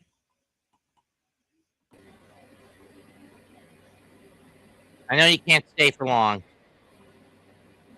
How are you? Fine. And like I said, I know you can't stay for long, right? Yeah. It says stream to my audience. I could actually do that. This way they can see you also. Sure. Go ahead. See if you can get some people in there. Hold on for a second. Let's see how we do this. But I think it mostly funneled through you than as opposed to me. How are you doing? Okay, I guess. I mean, mom's back to full strength after the colonoscopy. Oh, I didn't know that. Yeah, that's not pleasant.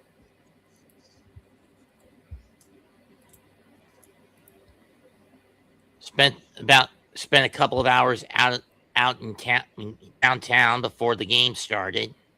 Oh, okay. Stopped at a wine shop, didn't buy anything. Stopped at a barcade. Then I went to a sandwich shop. Then I came home just to get prepped for the game. And I've got a moth in the damn apartment again. Well, what do you think of? Hey, everybody! I'm going to be back in my channel in a few minutes. Let's enjoy Seth for a bit, and I'll be right back. So, yeah, the Mets 4-1. Beatty again, another error. Should have been on Beatty, not Lindor. And again, why the hell is it not Young or Wagaman? Soto's out with another calf strain. Yeah. He's. They're going to probably They might be shutting him down for the season. So he doesn't tear his Achilles. No, he has evidently a dehydration problem, I was told, and he's been dehydrating. That's why he's pulling the muscles, and they want to get it under control. So they're probably going to shut him down for the rest of the year. They may. They're not sure. They'll reevaluate next Friday. Well, I mean, at this point, if he keeps this up, he's going to tear his Achilles, and we won't have him for next year anyway. Well, that's what they're worried about. They're worried about just an injury or running differently because he has a problem, with his gait, the running style, and then end up pulling a hip muscle or a flexor or whatever. Hold on to Robert. I'm just going to say this. 27, you need to put Stearns under the gun. Cock the hammer. Robert fouls this one off down the left field line, 1-1.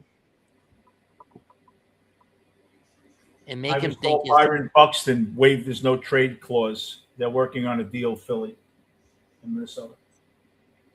What does Philly give up to get him to bring him from? I don't know. But I found that he agreed to waive his no trade. They're working on a trade. I don't know if it's actually going to go through or not. They're looking for a top. I think they're looking for a top center fielder for Philadelphia. For Buxton, they want a Painter and someone else. Mm. And I think Philly's balking at giving up Painter. 3-1. And considering they lost tonight and they're just continuing to slide back in the wild card picture, they're going to need all the help they can get. I mean, especially when you consider that for years they haven't had a very consistent guy in center field. Well, they like Robert, but they're afraid of the injuries. Fell off.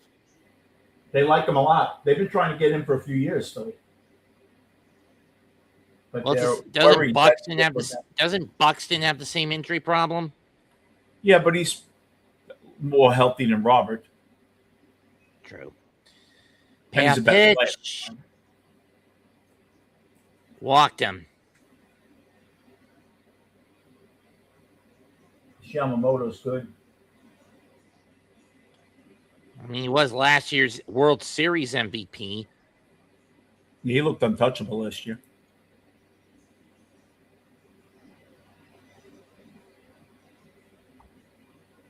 So what'd you think of McLean tonight? He really needs to learn how to play in front of the home crowd. He sucks in front of a home crowd this year. Yeah, what did he give up? 2 earned runs? 3. Oh, really? I thought it was 2. No, it was 3, remember? The solo home run, the RBI single, and one of the 2 runs that came in off of the error. It's saying here he gave up 2 earned runs in 6 innings, 7 hits, Oh, 7 wild strikeouts. pitch. I forgot about the pass ball. I forgot about that one. Alvarez again. Who was catching? Yep. It's Alvy. Yeah. Couldn't we have had Young DH tonight instead of Polanco? They want to show Polanco. They're showcasing Polanco. He sucks. Yeah, but you always have a team that can use a bench guy, that can play once a week. And, you take a team that has a rookie on the bench. And he struck out. Dumb fuck. Yeah. Not a good matchup then. And next up is the monkey. Polanco generally doesn't strike out all that much. That was a good pitch. That pitch tailed away like McLean's does. Mets against Splitters, 3 for 22 with 10 strikeouts. Really? Semien? Yep. Coming up. This one is hit to center, but playable. Pajes going towards right center field. He'll make the catch, 2 down. 84 pitches. Yamamoto. That says 94. Oh, 94? It's 90. Yeah. This will probably be his last inning. Yeah, he's been pretty much what they said he'd be. He's been great. Perez and Durate warming up in the Met pen. What do you think of Perez? Oh, he's okay. I mean, he'll be a decent bullpen arm if we can sign him. Throws 98. We got him off waivers from Washington, correct? I believe so. He has a live arm. But he's not something I would try to move up to the starting rotation. No. I just want this baby to go away so bad. I know it sounds ridiculous. I just want him to go away so bad. 2-0. I just can't take him. If he's not having a bad day in the field, he's having a bad day in the bat. I haven't seen him all year have a good day in the field and bat at the same time. It's one or the other. And it's been its worst this year because they keep putting him in different positions, and he hasn't had proper time to adjust to them. Yeah, that's not his fault. Yeah, I know. That's Stearns and Mendoza's and now Green's fault. Right? Yeah. Green is being told what to do by Stearns. Okay, so it's mainly Stearns' fault for putting the kid through this ringer. Yeah, absolutely. Stearns likes him. Yeah, but that doesn't give you justification to take him out of his comfort zones. I agree. Fouled off, full count. Boy, I could write the end of this.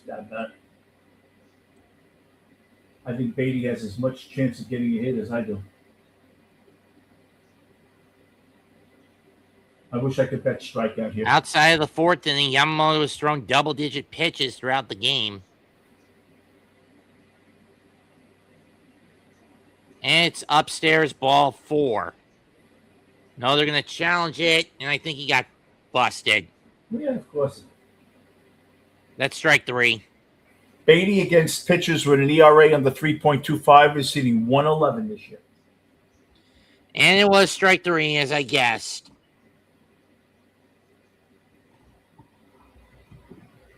Absolutely. That's going to... End of the 6th. That's going to do it for Yamamoto, I guess. McLean's already been given the hook, so will it be Perez or Durate for the 7th is the question. Am I right? Yeah, I would think so.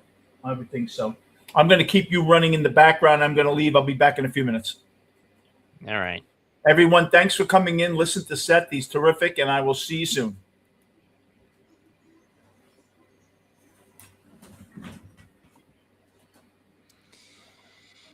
Let's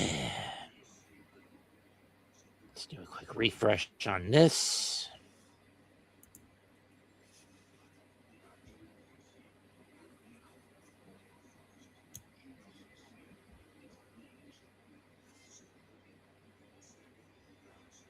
It'll be Daniel Girardi against Ohtani, Pages, and Freeman. Oh, boy. So McLean tonight is done. 4 runs, 3 earned, 7 hits, 2 strikeouts, 2 walks, 7 strikeouts over 6 innings.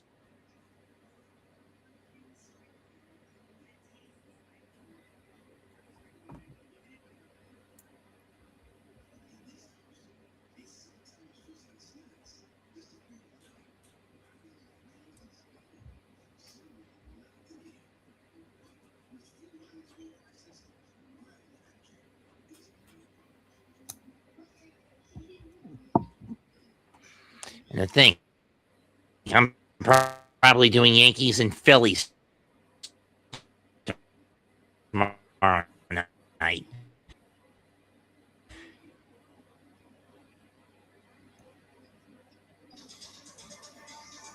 Able to pick up summer Yankees and the Cubs next week.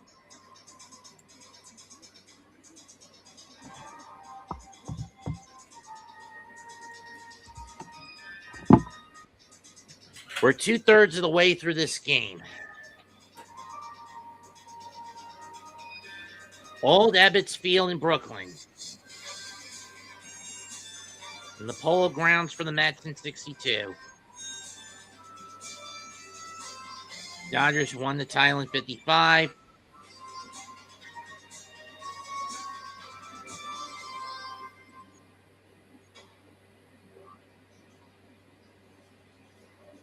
Ohtani smacks this one left field, but it's going to hook foul. 0-1.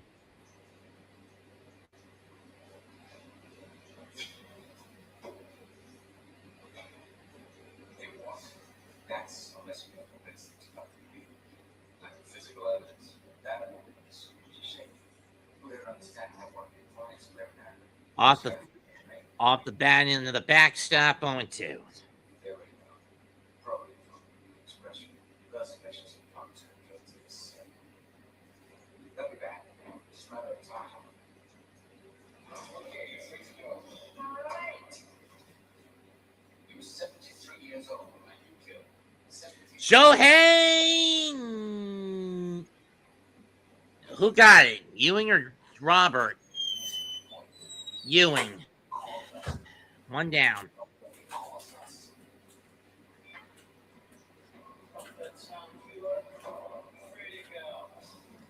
Are you kidding me? Are you effing shitting me?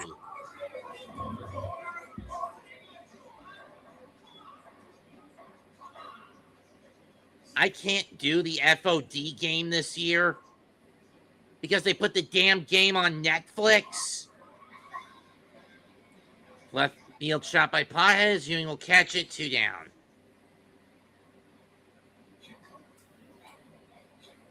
That's a load of horse shit. That's a load of horse shit. And no, I don't mean the shit that comes out of a horse.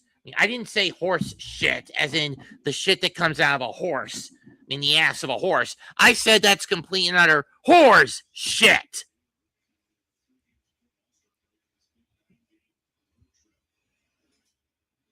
Freeman fouls that one off. 0-1. That the damn Field of Dreams game I won't be able to watch because from here on out it's going to be on fucking Netflix. F you, MLB. Line to right field off the glove of Simeon for a base hit.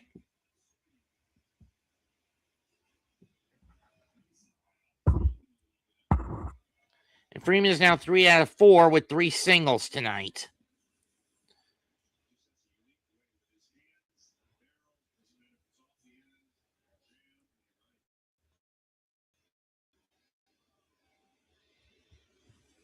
Here comes Muncy, who has struck out all 3 times he's been at the plate.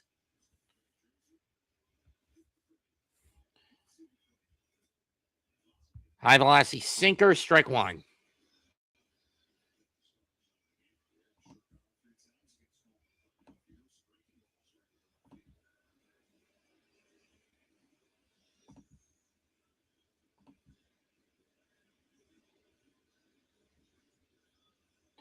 Upstairs with a cut fastball. 0-2. Let's not kid ourselves. Do not expect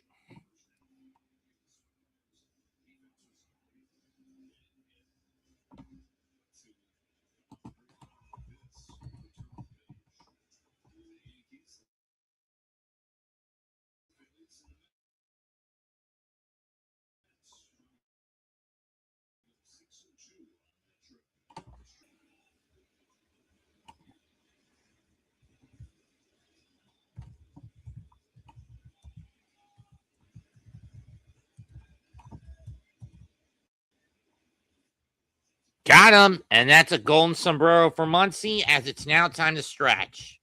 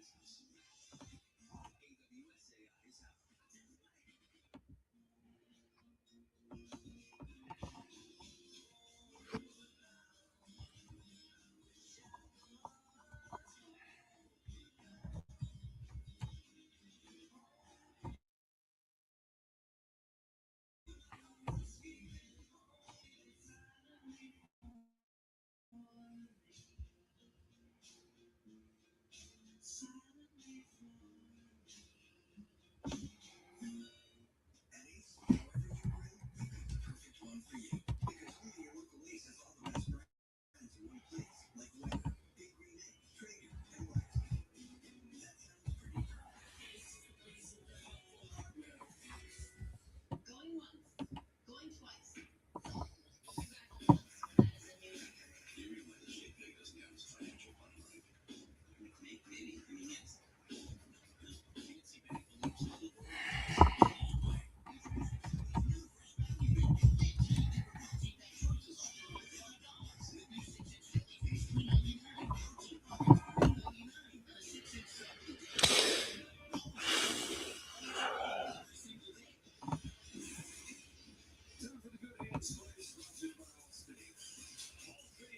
Hall of Famer Andrew Jones.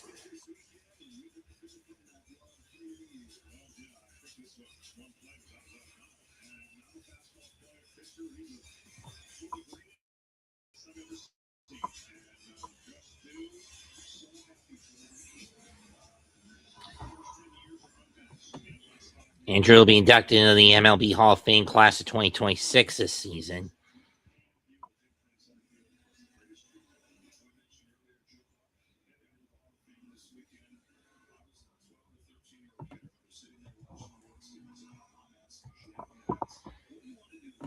In fact, I've had to waste the same.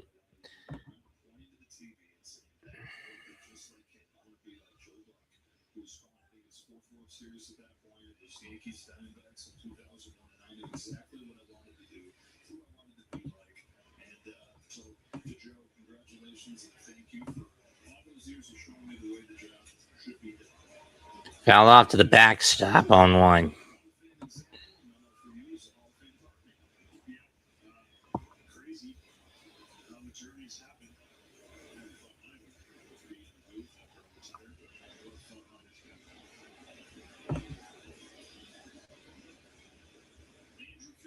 Andrew and it's Alex Vesia who's now on the mound for the Dodgers. Of course, Vesia skipped out most of last season's postseason, last year's playoffs due to the death of his infant daughter. And I can't blame him for leaving the team for bereavement reasons. I don't think anybody can. 0-2 pitch, swung and missed, strike three.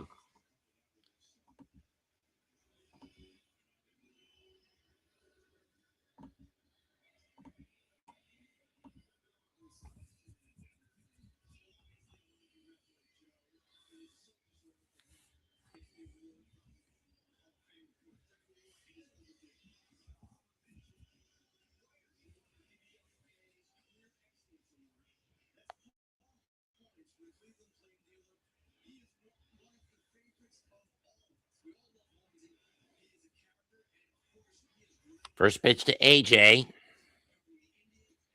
Upstairs, ball one.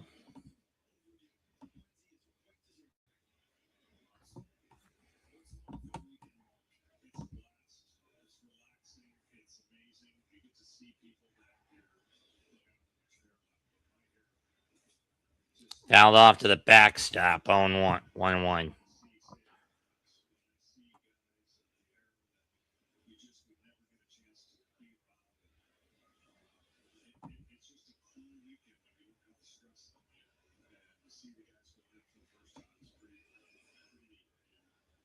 One pitch.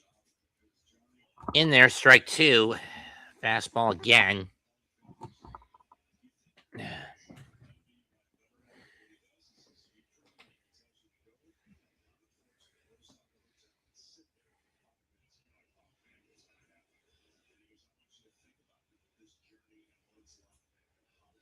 2-2.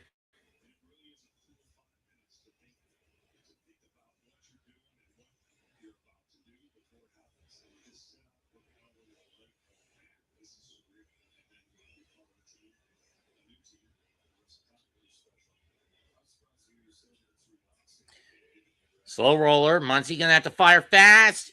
Got him. 2 down.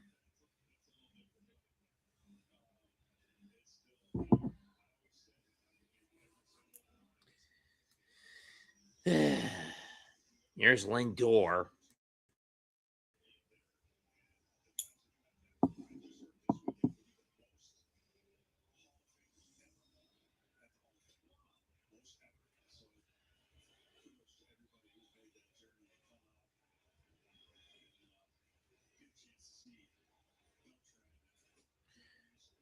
Ball one.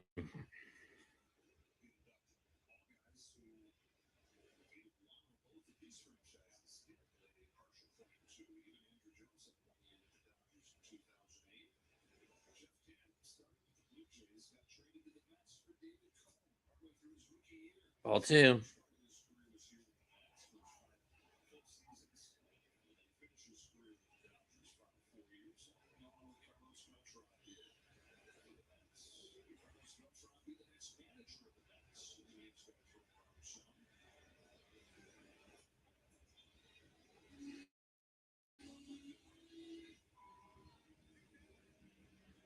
Ball three.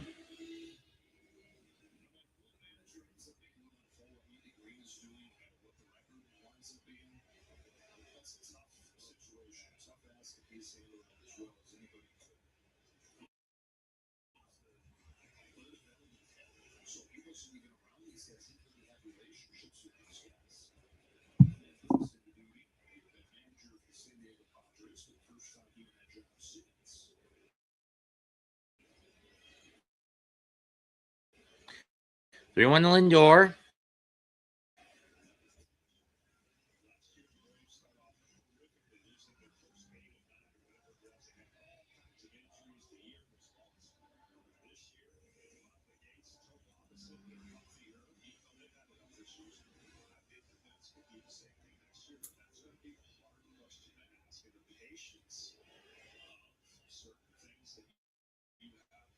And again, it also the questions if we even get a 2027 season, Smoltzy, namely because the CBA agreement runs out after Thanksgiving, and then you're gonna have the owners and the player union basically butting heads for the better part of the winter until we can find a new collective bargaining contract.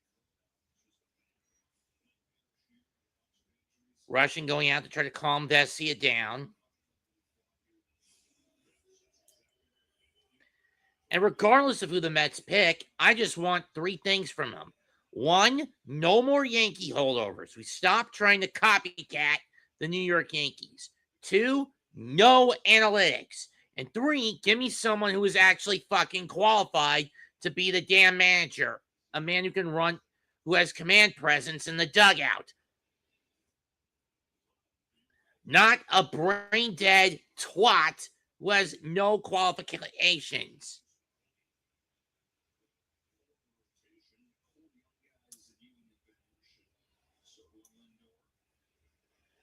1-1 pitch. Chopper. Muncie's going to take the short route to second. Inning over.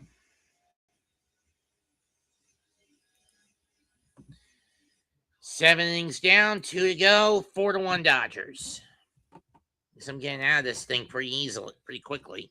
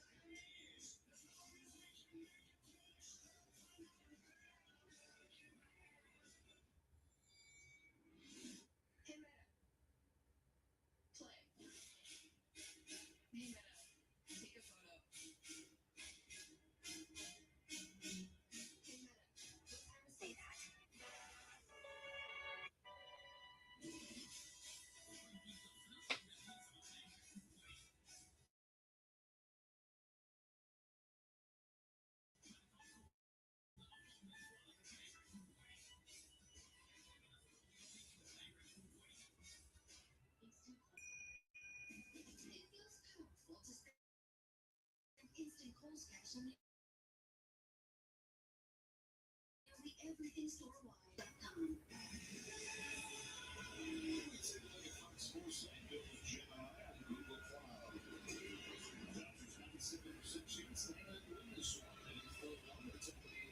Durante continues. Ball 1. This time the bats.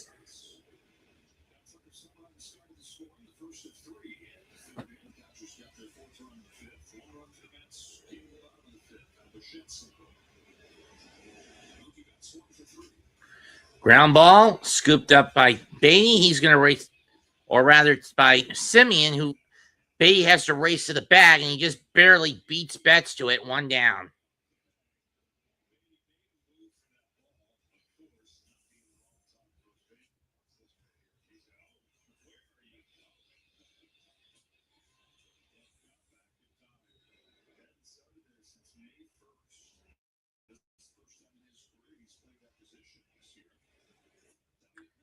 Swing and a miss by Edmond. 0-1.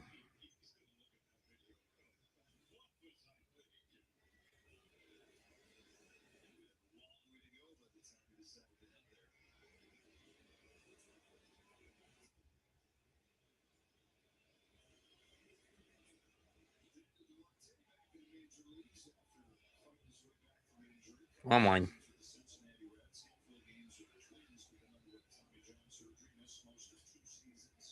Foul off. 1-2.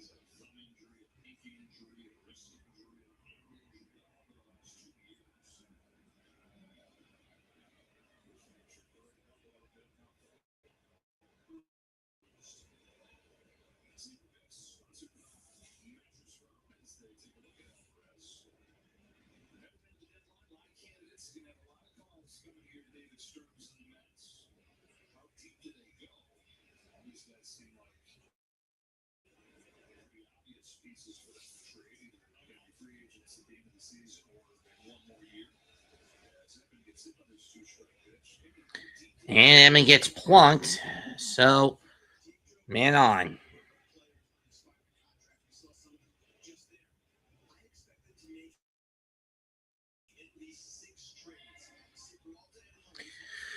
On the trade block, Peralta's a free agent, Raley's a free agent, Minder's a free agent, Holmes has a player option, Weaver's under team control with their 2027 contracts. Personally, get rid of Peralta, keep everyone else. Swing and a miss, strike one on the Kyle Tucker.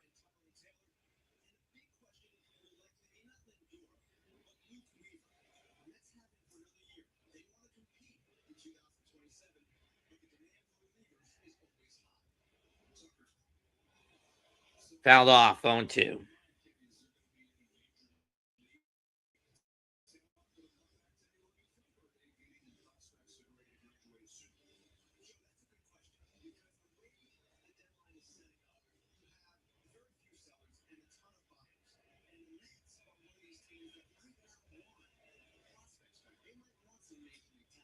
One, two.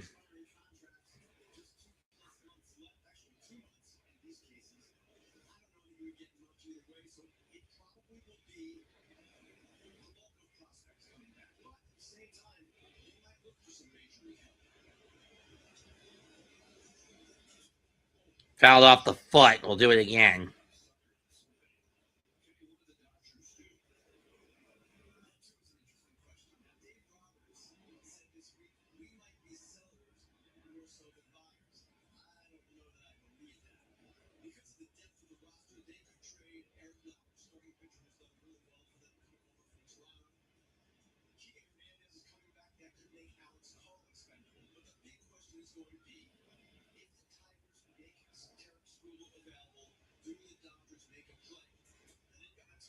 Two and two.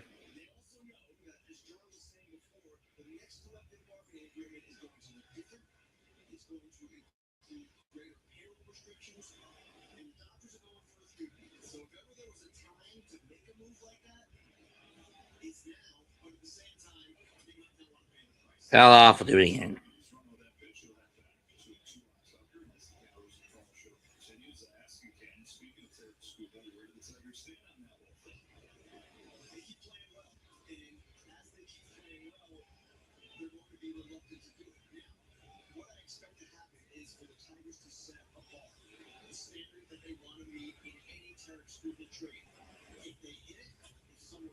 Popped up, and is it going to get caught?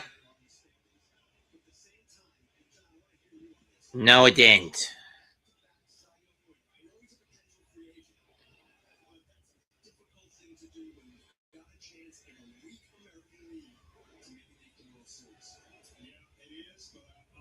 Strictly from a fan base would understand if it changes your franchise, knowing you're not going to re-sign it, then I think you have to entertain it. And if that bar is met, I think you have to strongly consider it. I know what the players said. The players said, pick off attempt, no good.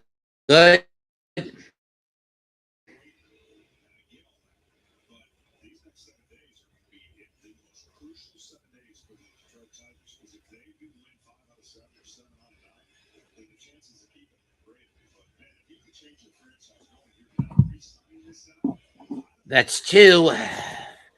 Droney knows he can't throw it over again or it's going to be a balk.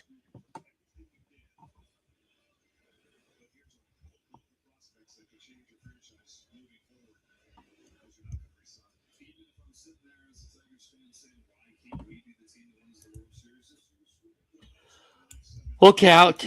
Tucker will be in motion. Yeah.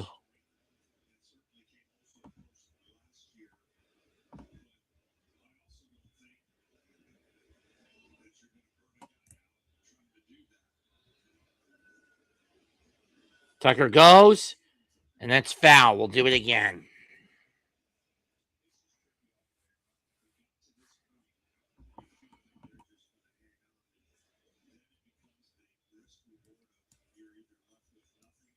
Looking at the AL, the Yankees lead the wild card, followed by the Red Sox, the Guardians, who have a 2-game advantage over the Mariners, then the Twins, the Astros, the Orioles, and the Tigers, who are at the bottom of that pack. Swung and missed. Strike 3. Strike him out. Throw him out. Double play, and the Mets get out of that one, but they're still down by 3 with only 6 outs left to play with. 7.5 complete, 4-1, Los Angeles.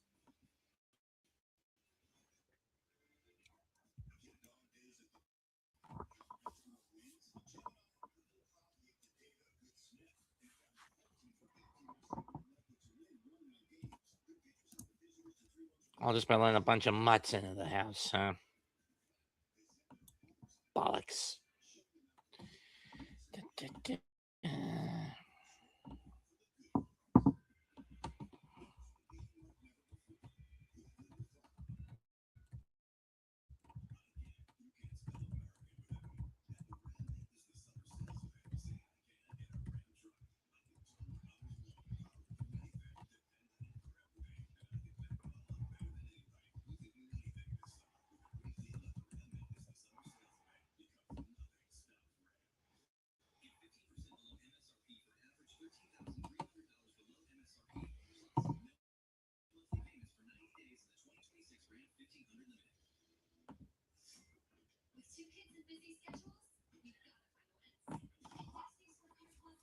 This is for tomorrow night. I'm prepping, folks.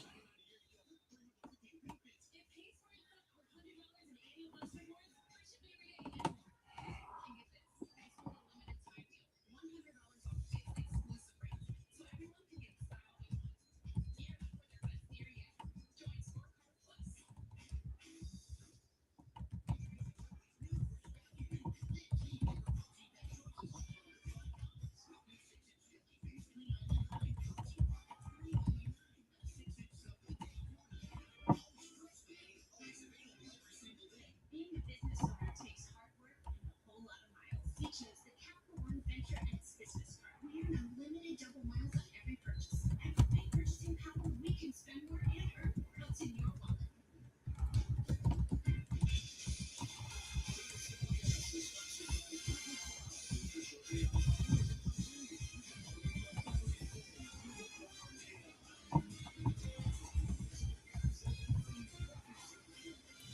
Mike Piazza started his career with the Dodgers. Had his most success with the Mets, did old 31. Edgardo Henriquez now comes on the pitch for the Dodgers. This is his 40th appearance of the season. He'll start off against Carson Bench. First pitch is low, ball 1.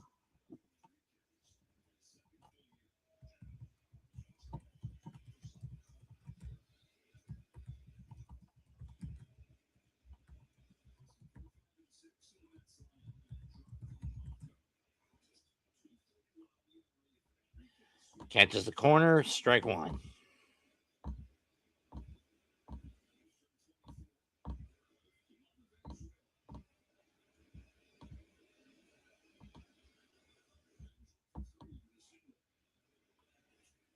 And that one hits him in the knee. That's got to hurt.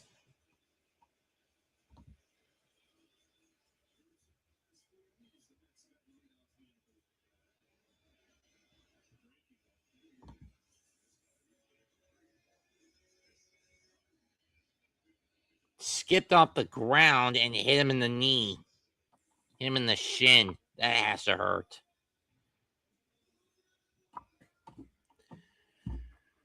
Luis Robert Jr. due up next. Let's see if the Mets can do something out of it. They haven't had an extra base hit all freaking game.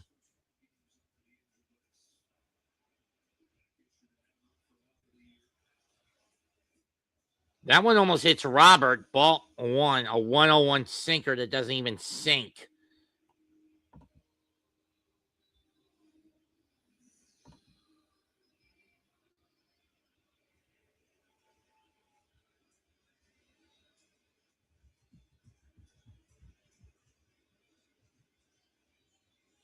Another heating sinker. This one misses again. Ball 2.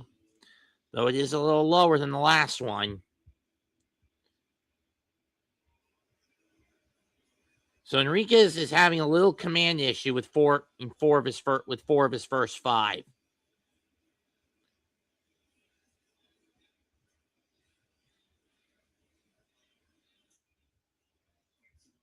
Fouls that one off. 2-1. I would have just let that one go and possibly even hit me.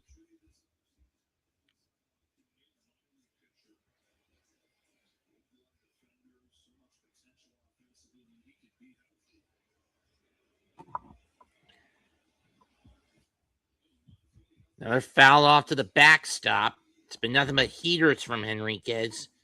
All around, in and around 101. 2-2.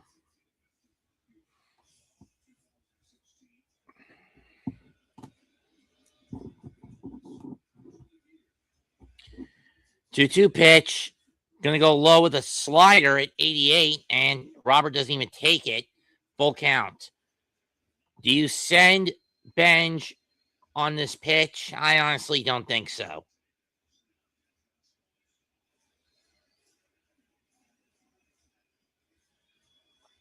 Payoff pitch.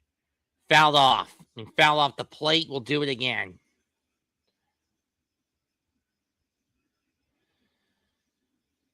Attack of the fucking clones.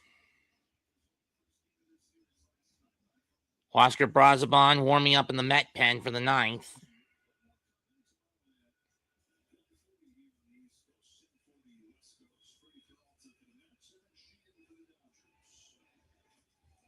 Ball 4, that's going to get away. If Benj wants to, he could take off for third, but he's not going to.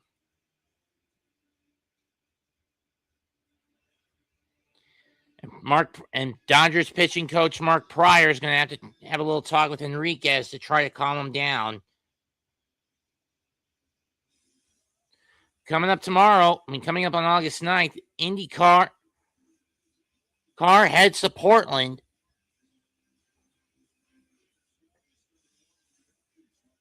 And Tanner Scott is getting warmed up for in the bullpen for Los Angeles. Especially when you consider the other arms the Dodgers are missing. Blake Snell, Edwin Diaz. Let me see who else is injured for the Dodgers.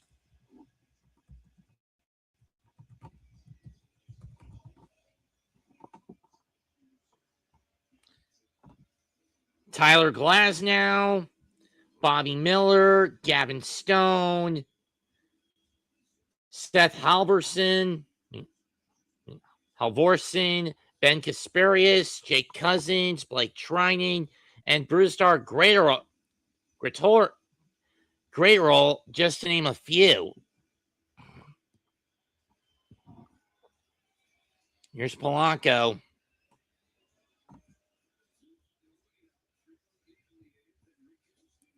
And he takes strike one on a cut. On a cut fastball, 0-1.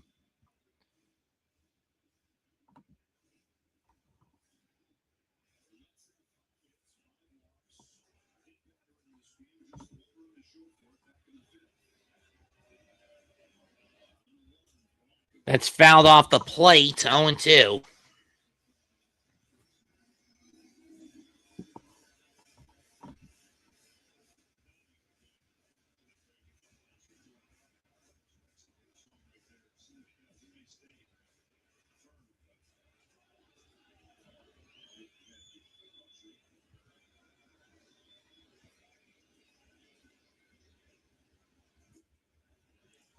One and two as he misses that one high. Polanco doesn't bite on it.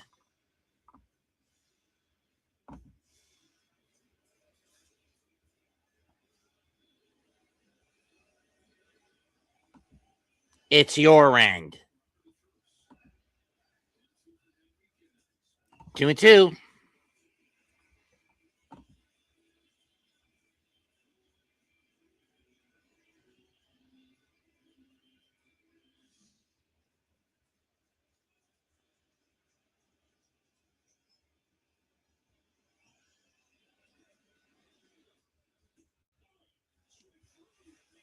Polanco going to challenge this one, but I don't see the point in it. That's clearly a strike.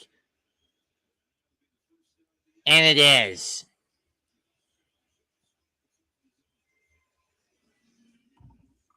And there goes the last challenge for the Mets. Dumb fuckers.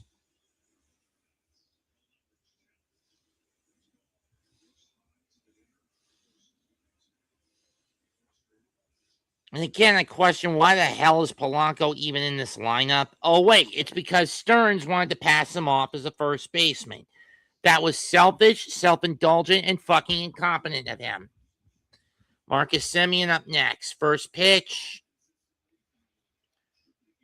Takes a huge cut and misses at the heater, 0-1.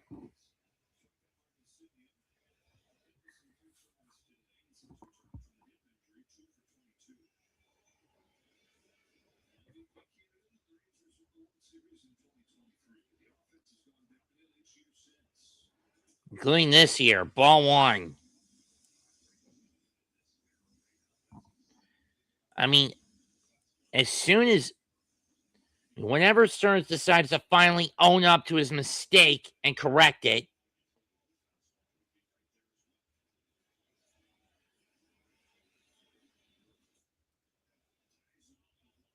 did he go? No, he did not. 2-1.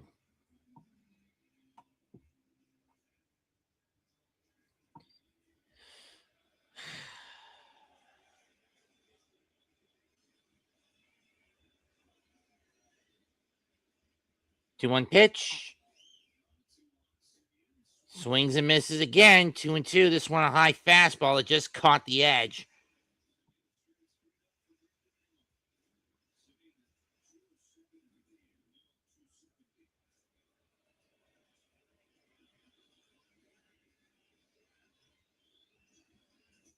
And down he goes. And the Mets are about to waste another golden opportunity. Does this surprise me with this bunch of dumb fucks? No, it doesn't.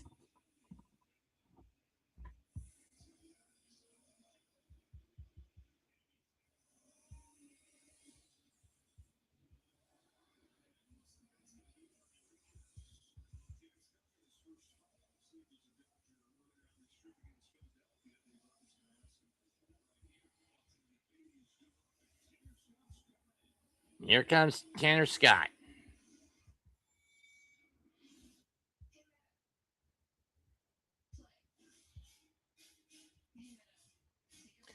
Especially when this team is run by a bunch of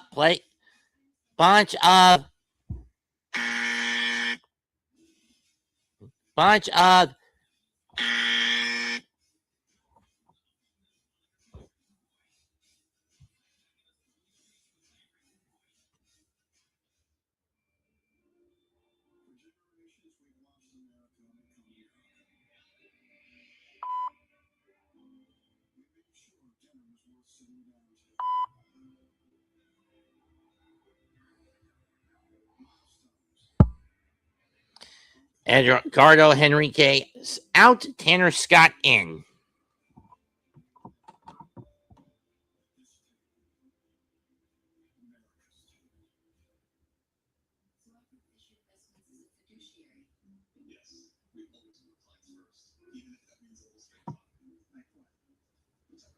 Low Mets incarnate, folks. That's all this damn team is. David Stearns is Wile E. Coyote. Egocentric, stubborn, unwilling to see how his fuck-ups with players who can be equated to shoddy Acme products that are deliberately sabotaged.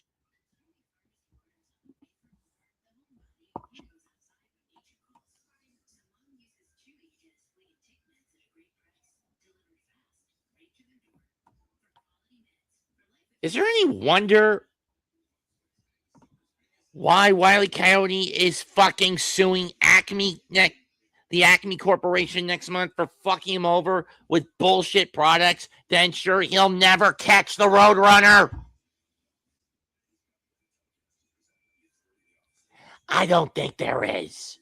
And if he wins the case in lawsuit, maybe he will finally be able to catch that bird. But if I know the formula, even if he does win the case, I really don't think Wiley will catch the Roadrunner. Because it's Chuck Jones. Because ever since the Roadrunner Coyotes creation in 1947, who's the one that dictated the rules? Chuck Jones. Game number 45 for Tanner Scott. And the Mets are going to pinch hit, bringing in Tyrone Taylor to replace Brett Beatty.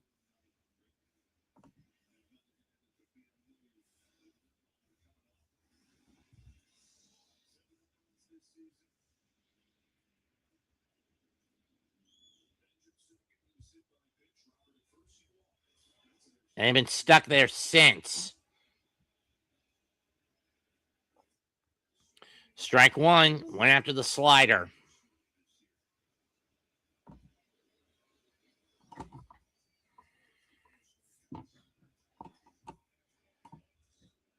Ray, for the record, his name is spelled like this. In right field, left field line, fair ball, that's going to bring home two. Benj is in, Robert coming in behind him. It's now 4-3. We are a 2-run double by Tyrone Taylor.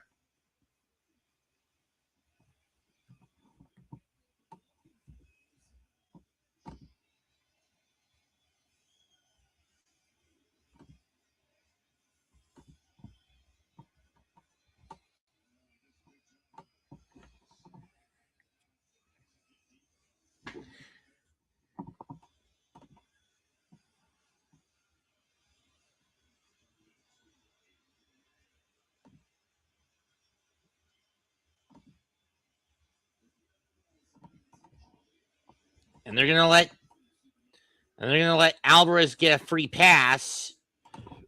So a 2-run double by Taylor has given the Mets a little bit of life. Tying run now in scoring position. Go ahead, run it first. And up next is A.J. Ewing.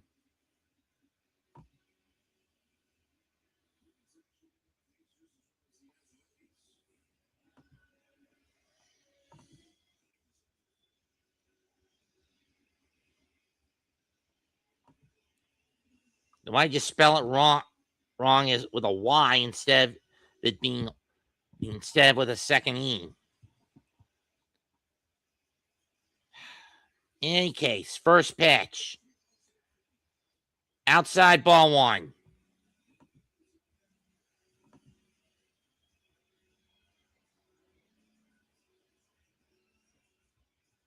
And the Met fans have come alive now in Citi Field. At Citi Field. 1-0 pitch. 1-1.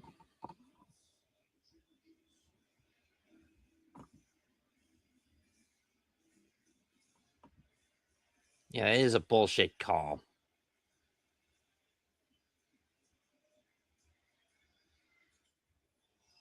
Popped up. This is heading towards the wall and over the net. 1-2. Muncy wasn't going to be able to catch that. And besides, if that ball hits the net and he catches it, by rule, if it hits the netting, the ball's dead. I mean, it's a dead ball. He's not the catch won't count. 30,000 plus on their feet. 1 ball, 2 strikes. Mets down 1. Runners on first and second. Scott deals. Got him. Inning over. But the Mets do get 2 on a key hit. We go to the 9th. It's the Dodgers 4, the Mets 3.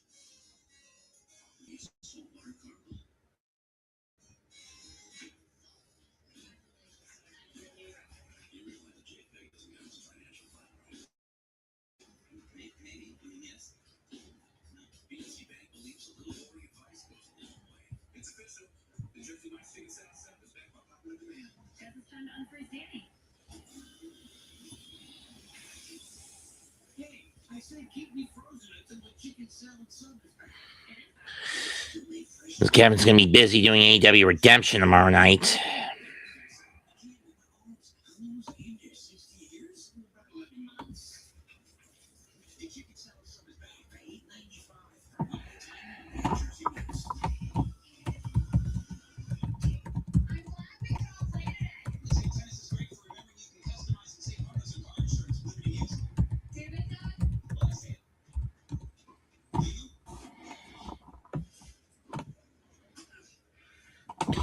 Taylor will take over playing. Jared Young will take over playing first base. Should have been him at first to begin with this fucking game, not Brett Beatty.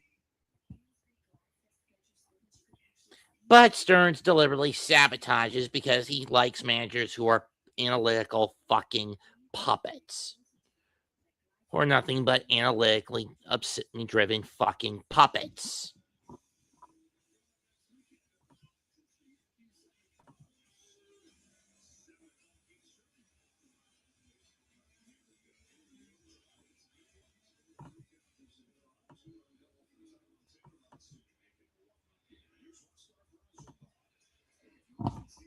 This is game 43 for Brazabon. Strike one, first pitch to Bet. Oh, that's Hernandez, excuse me. 0-1.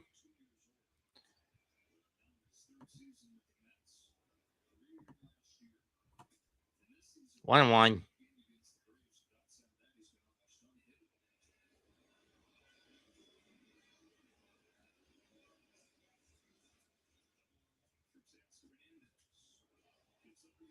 Gets under this one. It's a pop-up. Lindor calling everybody off. Shallow left. Makes the catch, one down.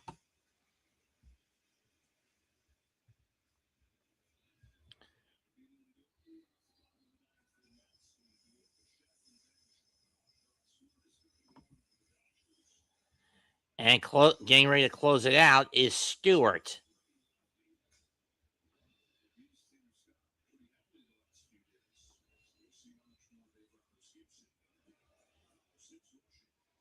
Rushing almost gets nicked with that one. Ball one.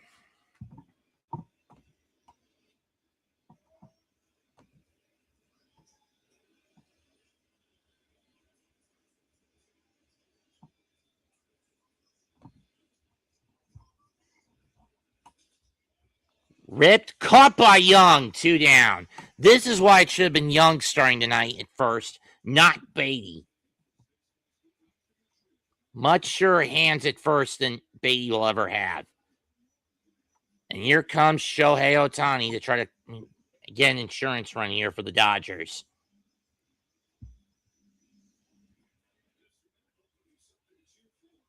Which he hasn't had much of this year. Ball one. I'll be so glad when this season's over for the Mets, because then we can move on to the CBA meeting. I can focus more on the CBA meeting. Ohtani gets under this one. Left field, it carries. Ewing gets under it. Inning over. Now it's up to the hitting core. We go to the ninth. It's down to Lindor, Bichette, and Benj. Dodgers 4, Mets 3. When the end of September comes around. Why?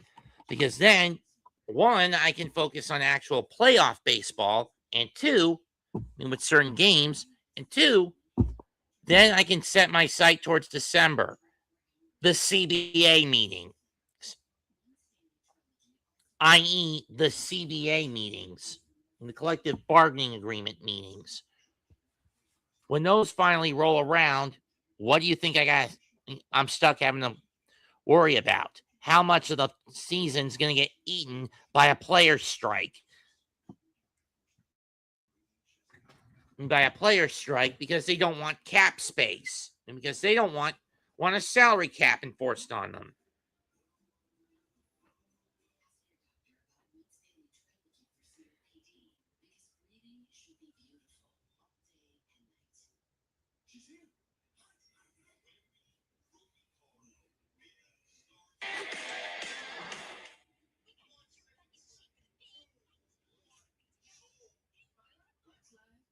Shut up, Nora.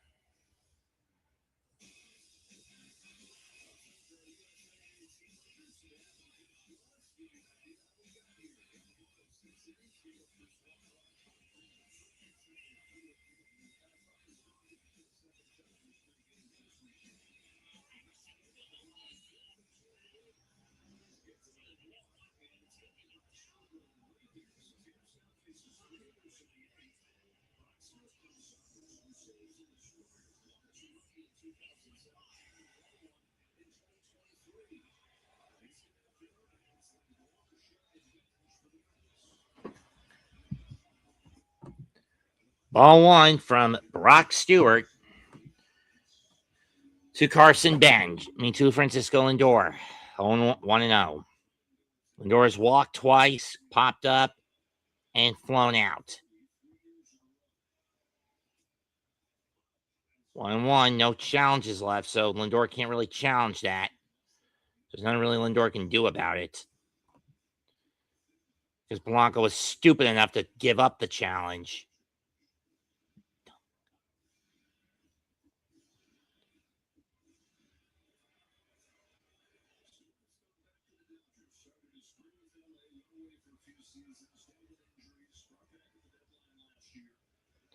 One pitch.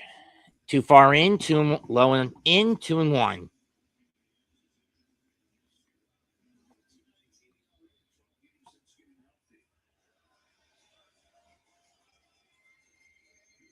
Here comes the set.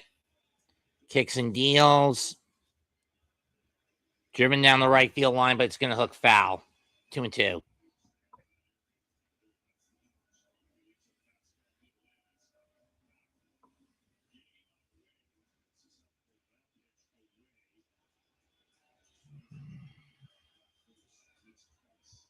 Here's the 2-2. Pop up down the left field line, but it's going to hook foul again. But this one's also going to hook foul. We'll do it again.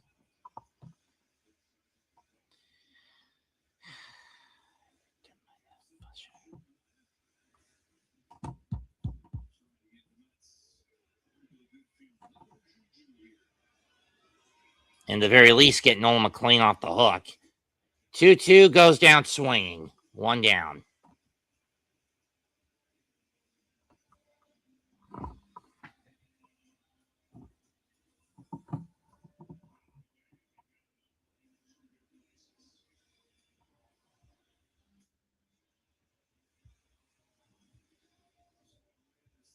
How about next year, Lindor, you stop trying to coddle your wife and its political aspirations and you focus on the fucking game? Here's Bo Bichette. That's all I want with this dumbass next year. Ball one. That's all I want from his dumbass next year. Ball one. 2 singles and an RBI for Bichette tonight.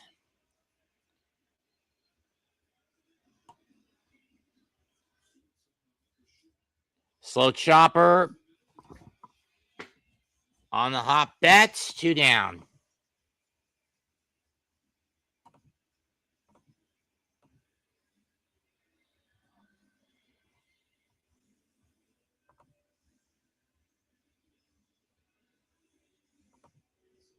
Tell me about it.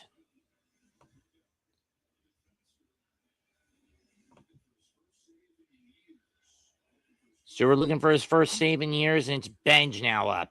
Got hit and scored, got plunked in his last at bat and scored one of the runs in the 8th. Big cut and missed a changeup, 0-1.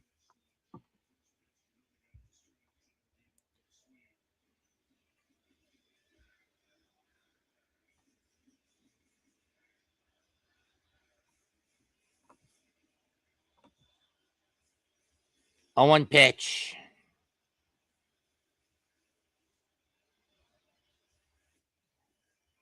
Frozen on a fastball over the middle, 0-2. Mets down to their final strike. Down the run.